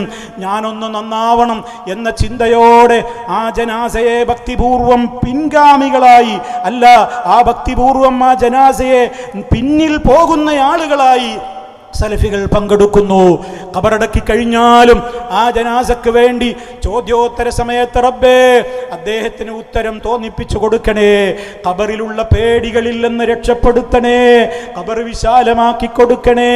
പാപങ്ങൾ പുറത്തു കൊടുക്കണേ എന്നിങ്ങനെ അർത്ഥം വരുന്ന ദുആകൾ ആ മയ്യത്തിന് വേണ്ടി പ്രാർത്ഥിച്ചു കൊണ്ടിരിക്കുന്നു. മരണാനന്തരം മാതാപിതാക്കൾക്ക് വേണ്ടിയും അല്ലാത്തവർക്ക് വേണ്ടിയുമൊക്കെ നമ്മുടെ ദുആകളിൽ നമ്മൾ പ്രാർത്ഥിച്ചുകൊണ്ടേയിരിക്കുന്നു. അല്ലാഹുമ്മ ഗ്ഫിർ ലിൽ മുഅ്മിനീന വൽ മുഅ്മിനാത്ത്, സത്യവിശ്വാസികളായ പുരുഷന്മാർക്കും സ്ത്രീകൾക്കുമൊക്കെ നീ പൊറുക്കണേ അല്ലാ എന്ന് നമ്മൾ പ്രാർത്ഥിക്കാറില്ലേ? മരിച്ചവർക്ക് വേണ്ടി പ്രാർത്ഥിക്കാത്തവരാണോ നമ്മൾ? 5 നേരത്തെ നിസ്കാരങ്ങളിലും നമ്മൾ അസ്സലാമു അലൈനാ, ഞങ്ങളുടെ മേൽ രക്ഷ ചൊരിയണേ അല്ലാ, വഅലാ ഇബാദില്ലാഹി സ്വാലിഹീൻ, സാലിഹീങ്ങളായ അല്ലാഹുവിൻ്റെ അടിമകൾക്കും രക്ഷയുണ്ടാവട്ടെ എന്ന് നിസ്കാരത്തിൽ പ്രാർത്ഥിക്കുമ്പോൾ ജീവിച്ചിരിക്കുന്ന സാലിഹീങ്ങൾക്ക് വേണ്ടിയും മരിച്ചുപോയ സാലിഹീങ്ങൾക്ക് വേണ്ടിയും നമ്മൾ 5 നേരത്തെ നിസ്കാരത്തിൽ അത്തഹിയാത്തിൽ ദുആ ചെയ്യാറില്ലേ? എവിടെയാണ് നമ്മൾ നന്മ മുടക്കാറുള്ളത്? ഏത് നന്മകളും നന്മകളായി നമ്മൾ അറിയുന്നത് എപ്പോഴാണ്? മുത്ത മുസ്തഫ പഠിപ്പിച്ചെങ്കിൽ മാത്രമാണ്. അവിടുന്ന് പഠിപ്പിച്ചതാണ് നന്മ. ഖൈറുൽ ഹദിയി ഹദിയു മുഹമ്മദിൻ സല്ലല്ലാഹു അലൈഹി വസല്ലം. ഏറ്റവും നല്ല ചര്യ മുത്ത മുസ്തഫായുടെ ചര്യയാണ്. ആ നബിക്ക് പരിചയമില്ലാത്ത നിലക്ക് 70,000 ദിക്റുകളും പ്രത്യേകിച്ച് പ്രത്യേകമായ ചില ആചാരങ്ങളും 40 കഴിക്കലും ആണ്ട് കഴിക്കലും മരണവീട്ടിലെ മരണസദ്യയും അതേപോലെയുള്ള ഒട്ടേറെ ദുരാചാരങ്ങൾ, അവരുടെ പേരിൽ ഖുത്ബിയത്ത് കഴിക്കലും അവർക്ക് വേണ്ടി അല്ലാഹുവില്ലാത്തവരോട് വിളിച്ച് തേടലും അടങ്ങുന്ന വിധത്തിലുള്ള മൗലിദ് ചൊല്ലലും ഇങ്ങനെയുള്ള 100 കൂട്ടം കാര്യങ്ങൾ, ഇതൊക്കെ മരിച്ചവർക്ക് ഫലം കിട്ടാനെന്ന് പറഞ്ഞുകൊണ്ട് നിങ്ങൾ ചെയ്യുമ്പോൾ സലഫികൾ നിങ്ങളോട് നസീഹത്തോടെ പറയുന്നു, അരുത്. അതൊന്നും നമ്മുടെ നേതാവിന് പരിചയമില്ല. ആ നേതാവിൻ്റെ ചര്യകളാണ് നമ്മൾ പിൻപറ്റേണ്ടത്. അതേ നന്മയാവുകയുള്ളൂ. നമുക്ക് നന്മയായിട്ട് തോന്നുന്നതൊക്കെ നമ്മൾ പുതിയതിങ്ങനെ ഉണ്ടാക്കി തുടങ്ങിയാൽ നാളെ പരലോകത്ത് അള്ളാഹുവിൻ്റെ റസൂലിൻ്റെ കൈ കൊണ്ട് ഹൗലുൽ കൗസർ കുടിക്കാനുള്ള യോഗ്യത പോലും നമുക്ക് നഷ്ടപ്പെടും. പ്രിയമുള്ളവരെ, മുസ്തഫ പഠിപ്പിച്ചതിൻ്റെ അപ്പുറം ചെയ്യുന്നവരെ, അവിടുത്തേക്ക് പരിചയമില്ലാത്ത കാര്യങ്ങളിൽ ഏർപ്പെടുന്നവരെ ഹൗലുൽ കൗസറിന്റെ സമീപത്ത് നിന്ന് മുസ്തഫാക്ക് അള്ളാഹു അറിയിച്ചു കൊടുക്കുമ്പോൾ ആട്ടിയോടിക്കുമെന്ന് മഹാനായ നബി തങ്ങളാണ് നമുക്ക് പഠിപ്പിച്ചു തന്നിട്ടുള്ളത്. അതുകൊണ്ട് തന്നെ സഹോദരങ്ങളെ, നമ്മിൽ നിന്ന് മരണപ്പെട്ടു പോയിട്ടുള്ള നമ്മുടെ മാതാപിതാക്കൾക്ക് വേണ്ടി നിരന്തരം നമ്മൾ പ്രാർത്ഥിക്കുകയാണ്. അവരുടെ പാപമോചനത്തിന് തേടുകയാണ്. അതെപ്പോഴും നിലനിർത്തേണ്ടതാണ്. മാതാപിതാക്കൾക്ക് വേണ്ടിയുള്ള മക്കളുടെ പ്രാർത്ഥന കാരണം സ്വർഗത്തിൽ അവർക്ക് അത്യുന്നതമായ പദവികൾ അള്ളാഹു ഉയർത്തിക്കൊടുക്കും എന്ന കാര്യത്തിൽ യാതൊരു സംശയവും നമുക്കുണ്ടാവേണ്ടതില്ല.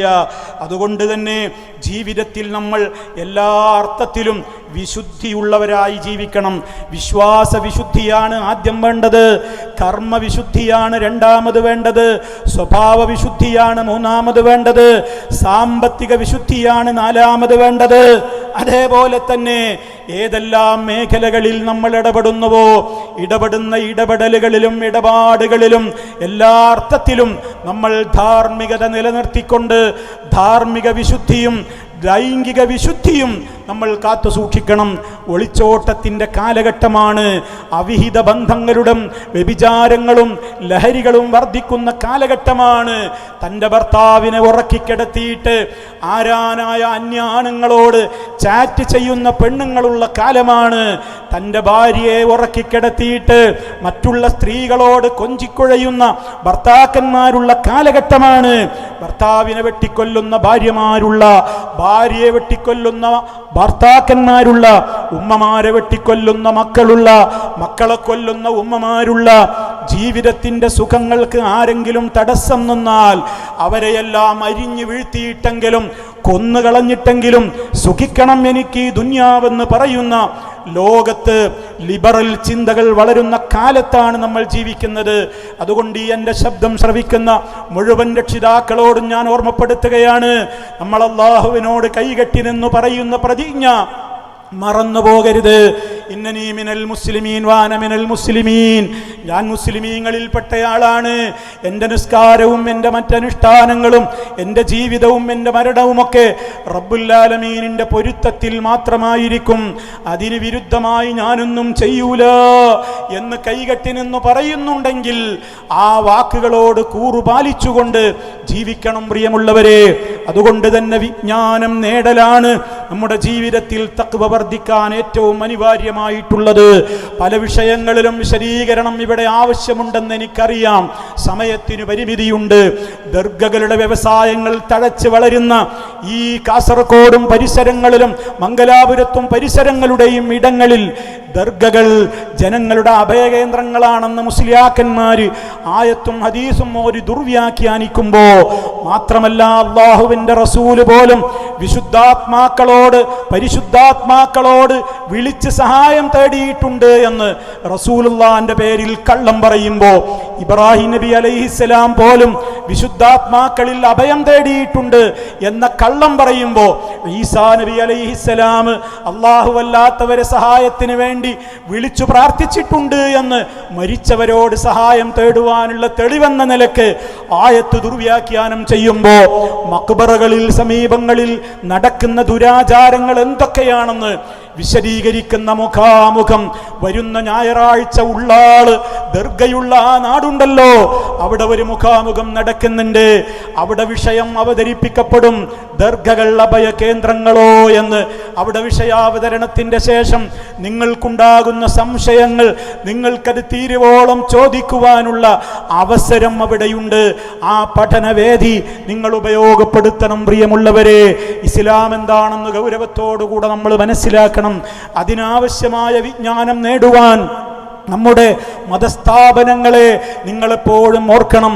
ഇവിടെ ഇന്ന് ഉദ്ഘാടനം നിർവഹിക്കപ്പെട്ട മഹത്തായ സ്ഥാപനം അൽ ബയാൻ എന്ന് പറയുന്ന നമ്മുടെ ഈ മംഗലാപുരത്ത് നിങ്ങളുടെ വെളിപ്പാടകല ദൂരത്തുള്ള ഗരളക്കട്ടയിലുള്ള അടുത്ത തന്നെ പ്രദേശത്തുള്ള വിശാലമായ സ്ഥലത്ത് അതിൻ്റെ ബിൽഡിങ്ങിൻ്റെ പണി അതാ ആരംഭിക്കാൻ പോവുകയാണ്. അൽ ബയാൻ എന്ന് പറയുന്ന ആ മഹത്തായ സ്ഥാപനം, അതിനോടനുബന്ധമായ വിശാലമായ പള്ളി, കോളേജ് ക്യാമ്പസ് പോലെയുള്ള കെട്ടിടങ്ങളുടെയൊക്കെ പണികൾ ഉദ്ഘാടനം നടക്കുന്നതിൻ്റെ ഓൺലൈൻ ഇനാഗുറേഷനാണ് ഇവിടെ വെച്ച് ഇവിടെ നടന്നിട്ടുള്ളത്. അതിൻ്റെ പണി ആരംഭിക്കുമ്പോൾ നിങ്ങൾ സഹായിക്കണം, സഹകരിക്കണം. ലക്ഷങ്ങൾ വില വരുന്ന പ്രോജക്റ്റുകളാണ്. ഒരു നാടിൻ്റെ വെളിച്ചം അവിടെയുള്ള ദീനീ സ്ഥാപനങ്ങൾ തന്നെയാണ്. നിങ്ങളുടെ മക്കൾ, നമ്മുടെ മക്കൾ ദീനീയായ രംഗത്ത് അവർ പഠിക്കേണ്ടത് പഠിക്കുവാൻ അവരവസരം കണ്ടെത്തണം.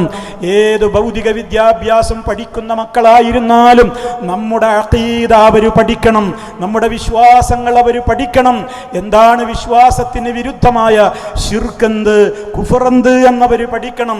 ലിബറൽ ചിന്താഗതിക്കാർ പ്രചരിപ്പിച്ചുകൊണ്ടിരിക്കുന്ന നിരീശ്വര നിർമ്മത ആശയങ്ങളിൽ ജാഗ്രത വേണം നമ്മുടെ മക്കൾക്ക്. അതുകൊണ്ട് തന്നെ സലഫി പ്രസ്ഥാനം ഈ സമൂഹത്തോട് വളരെ വ്യക്തമായി വിജ്ഞാനത്തിലേക്ക് നിങ്ങളെ വിളിക്കുകയാണ്. ആ വിജ്ഞാനം നേടി നിങ്ങൾ ദഅവത്തിനിറങ്ങണം. എല്ലാ അറിവും നേടിയിട്ട് ദഅവത്തിനിറങ്ങാൻ നമുക്ക് പറ്റൂല. പഠിച്ചു വലിയ ആലിം സർട്ടിഫിക്കറ്റ് കിട്ടിയാലേ പ്രബോധനത്തിനിറങ്ങാവൂ, അല്ലെങ്കിൽ നമ്മുടെ ദീനീ പ്രവർത്തനത്തിനൊക്കെ ഇറങ്ങാവൂ എന്ന ധാരണ നിങ്ങൾക്കുണ്ടാകരുത്. നിങ്ങൾക്ക് അറിവുള്ള വിഷയങ്ങൾ പറയാൻ ഒരാളോടും നിങ്ങൾക്ക് പേടിക്കേണ്ടതില്ല. അറിവുള്ളത് മാത്രമേ പറയാവൂ. അറിയാത്തത് നിങ്ങൾ എന്ത് ചെയ്യണം? ഞാൻ പഠിച്ചു പറയാം, ഞാൻ അറിവുള്ളവരോട് ചോദിച്ചു മറുപടി തരാം എന്ന് പറയുകയല്ലാതെ ചാടിക്കയറി മതകാര്യത്തിൽ ഫത്വ കൊടുക്കരുത്. അതേ അവസരത്തിൽ മതകാര്യത്തിൽ വലിയ ആലിമ്യങ്ങൾക്കേ ഉണ്ടാൻ പറ്റുള്ളൂ എന്ന് പറഞ്ഞ് പ്രബോധന രംഗത്ത് സജീവമാകുന്ന ചെറുപ്പക്കാരെ, നിങ്ങളെ ആരെങ്കിലും പിടിച്ചു വലിക്കുന്നുവെങ്കിൽ കരുതലോടുകൂടെ നിങ്ങൾ ജാഗ്രതയോടുകൂടെ ഉണർന്നിരിക്കണം. നിങ്ങൾ പഠിച്ചത് മറ്റൊരാളോട് പറയുന്നതിനും അതിലേക്ക് ജനങ്ങളെ ക്ഷണിക്കുന്നതിനും നിങ്ങൾക്കൊരാളെയും ഭയപ്പെടേണ്ടതില്ല. അള്ളാഹുവിൻ്റെ പൊരുത്തം മാത്രമായിരിക്കണം ലക്ഷ്യം എന്നേയുള്ളൂ. ലക്ഷ്യം മാറരുത്. നമ്മുടെ നീയത്ത് മാറരുത്. റബ്ബിന് വേണ്ടിയായിരിക്കണം. ആരെയും തോൽപ്പിക്കാനാവരുത്, ആരെയും വായടപ്പിക്കാനോ ഉത്തരം മുട്ടിക്കാനോ ആവരുത്. നമ്മുടെ പ്രവർത്തനങ്ങൾ നമ്മുടെ ഖബറിൽ മരണനേരത്ത് തുണയാവണം, ഖബറിൽ തുണയാവണം, മഹ്ശറിൽ തുണയാവണം. ആ അർത്ഥത്തിൽ തന്നെ അങ്ങനെ ദഅവത്തിന്റെ മേഖലയിൽ ഇവിടെ കൂടിയ ഓരോരുത്തരോടും, ചെറുപ്പക്കാരോട്, ചെറുപ്പക്കാരികളോട്, മുതിർന്നവരോട്, പ്രായഭേദമന്യേ എല്ലാവരോടും ഓർമ്മപ്പെടുത്തുകയാണ്.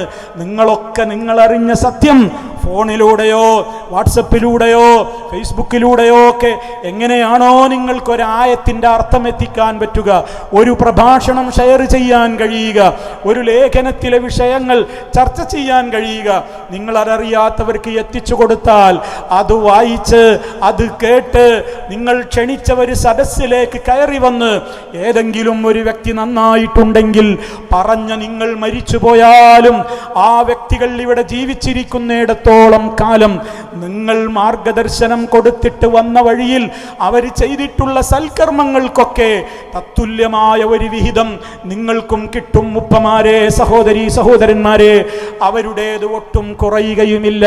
ഇത് നമ്മുടെയൊക്കെ കടമയാണ്, നമ്മുടെയൊക്കെ കടമയാണ്. ഇസ്ലാമിക പ്രബോധനം എന്നത് ഏതെങ്കിലും വയലു പറയുന്ന മൗലവിമാരുടെ മാത്രം കടമയല്ല, എല്ലാവരുടെയും കടമയാണ്. സൂറത്തുൽ അസ്റിൽ നമ്മളത് പഠിച്ചവരല്ലേ? അതിൽ പറയുന്നില്ലേ, നരകത്തെന്ന് രക്ഷപ്പെടണമെന്നുണ്ടെങ്കിൽ സൽക്കർമ്മങ്ങൾ വേണം, ഈമാന് വേണം, സതുപദേശം നടത്തണം. ആ മാർഗത്തിൽ പ്രയാസങ്ങൾ ഉണ്ടാകുമ്പോൾ നമ്മെ ആര് പരിഹസിച്ചാലും ആര് കുറ്റപ്പെടുത്തിയാലും നമ്മൾ ക്ഷമിക്കണം, ക്ഷമയവലംബിക്കണം എന്ന്. അങ്ങനത്തെവരെ വിജയിക്കുകയുള്ളൂ എന്ന്. ആ സ്വഭാവം നമ്മൾക്കുണ്ടോ? ഓരോരുത്തരും പരിശോധിക്കുക. ഈ കൂട്ടായ്മയെ നിങ്ങൾ തിരിച്ചറിയണം. കേരളത്തിൽ എല്ലാ ഭാഗങ്ങളിലും വിസ്ഡം ഇസ്ലാമിക് ഓർഗനൈസേഷൻ, ഇവിടെ ഇതാ KSA എന്ന പേരിലും ആ രണ്ട് സംഘടനകളുടെയും ആദർശം ഒന്നാണ്. അവരൊരുമിച്ച് ഒറ്റക്കെട്ടായിക്കൊണ്ട് കർണാടകയുടെ വിവിധ ഭാഗങ്ങളിൽ, കഴിഞ്ഞ വർഷം എനിക്കറിയാം അടയാർ കണ്ണൂരിൽ ഞാൻ പ്രസംഗിച്ചിട്ടുണ്ട്, പലയിടങ്ങളിലും ഈ കർണാടകയിൽ സംസാരിക്കുവാൻ സാധിച്ചിട്ടുണ്ട്. നിങ്ങൾ വളരെ വ്യക്തമായി തന്നെ ഈ സംഘടനകളെ അറിയണമെന്നും മറ്റുള്ള ആരൊക്കെ എന്തൊക്കെ പ്രചരിപ്പിക്കുന്നുവെങ്കിലും സത്യാവസ്ഥകൾ അതിൻ്റെ ആളുകളോട് ചോദിച്ച് ഗ്രഹിച്ച് മനസ്സിലാക്കി ദഅവാ രംഗത്ത് സജീവമായി തൗഹീദിൻ്റെ വക്താക്കളായി ജീവിക്കണമെന്ന് ആവർത്തിച്ച് എന്നോടും നിങ്ങളോടും ഓർമ്മപ്പെടുത്തുകയാണ്. റഹ്മാനായ റബ്ബ് എല്ലാ അർത്ഥത്തിലും അവൻ്റെ കാവൽ നമുക്ക് അനുഗ്രഹിക്കുമാറാകട്ടെ. എല്ലാ അർത്ഥത്തിലും അവൻ മുഅ്മിനീങ്ങളായി ജീവിപ്പിച്ച് മുഅ്മിനീങ്ങളായി തന്നെ മരിച്ചു പോകുവാൻ തൗഫീഖ് നൽകപ്പെടുന്നവരിൽ ഉൾപ്പെടുത്തി അനുഗ്രഹിക്കുമാറാകട്ടെ. എല്ലാ പാപങ്ങളും അല്ലാഹു പുറത്തു തരുമാറാകട്ടെ. നമ്മിൽ നിന്ന് മരണപ്പെട്ടു പോയ മാതാപിതാക്കൾ, ഗുരുവര്യന്മാർ, മറ്റു ബന്ധുമിത്രാദികൾ അല്ലാത്തവർ എല്ലാ സജ്ജനങ്ങൾക്കും അല്ലാഹു പുറത്തു കൊടുക്കുമാറാകട്ടെ. നമ്മയും അവരെയും അല്ലാഹു ജന്നത്തിൽ ഒരുമിച്ച് കൂട്ടുമാറാകട്ടെ. ജഹന്നമിൽ നിന്ന് കാത്തുരക്ഷിക്കുമാറാകട്ടെ. രോഗികൾക്ക് അല്ലാഹു ശിഫ നൽകുമാറാകട്ടെ. റബ്ബന ആതിന ഫിദ്ദുനിയ ഹസന വഫിൽ ആഖിറതി ഹസനതൻ വഖിനാ അദാബന്നാർ. തവഫനാ മുസ്ലിമീന വഅൽഹിഖ്നാ ബിസ്സാലിഹീൻ. അല്ലാഹുമ്മ സ്വല്ലി അലാ മുഹമ്മദിൻ വഅലാ ആലി മുഹമ്മദ് കമാ സ്വല്ലൈത അലാ ഇബ്രാഹീമ വഅലാ ആലി ഇബ്രാഹീമ إنك حميد مجيد. اللهم بارك على محمد وعلى آل محمد كما باركت على إبراهيم وعلى آل إبراهيم إنك حميد مجيد. والحمد لله رب العالمين. والسلام عليكم ورحمة الله وبركاته.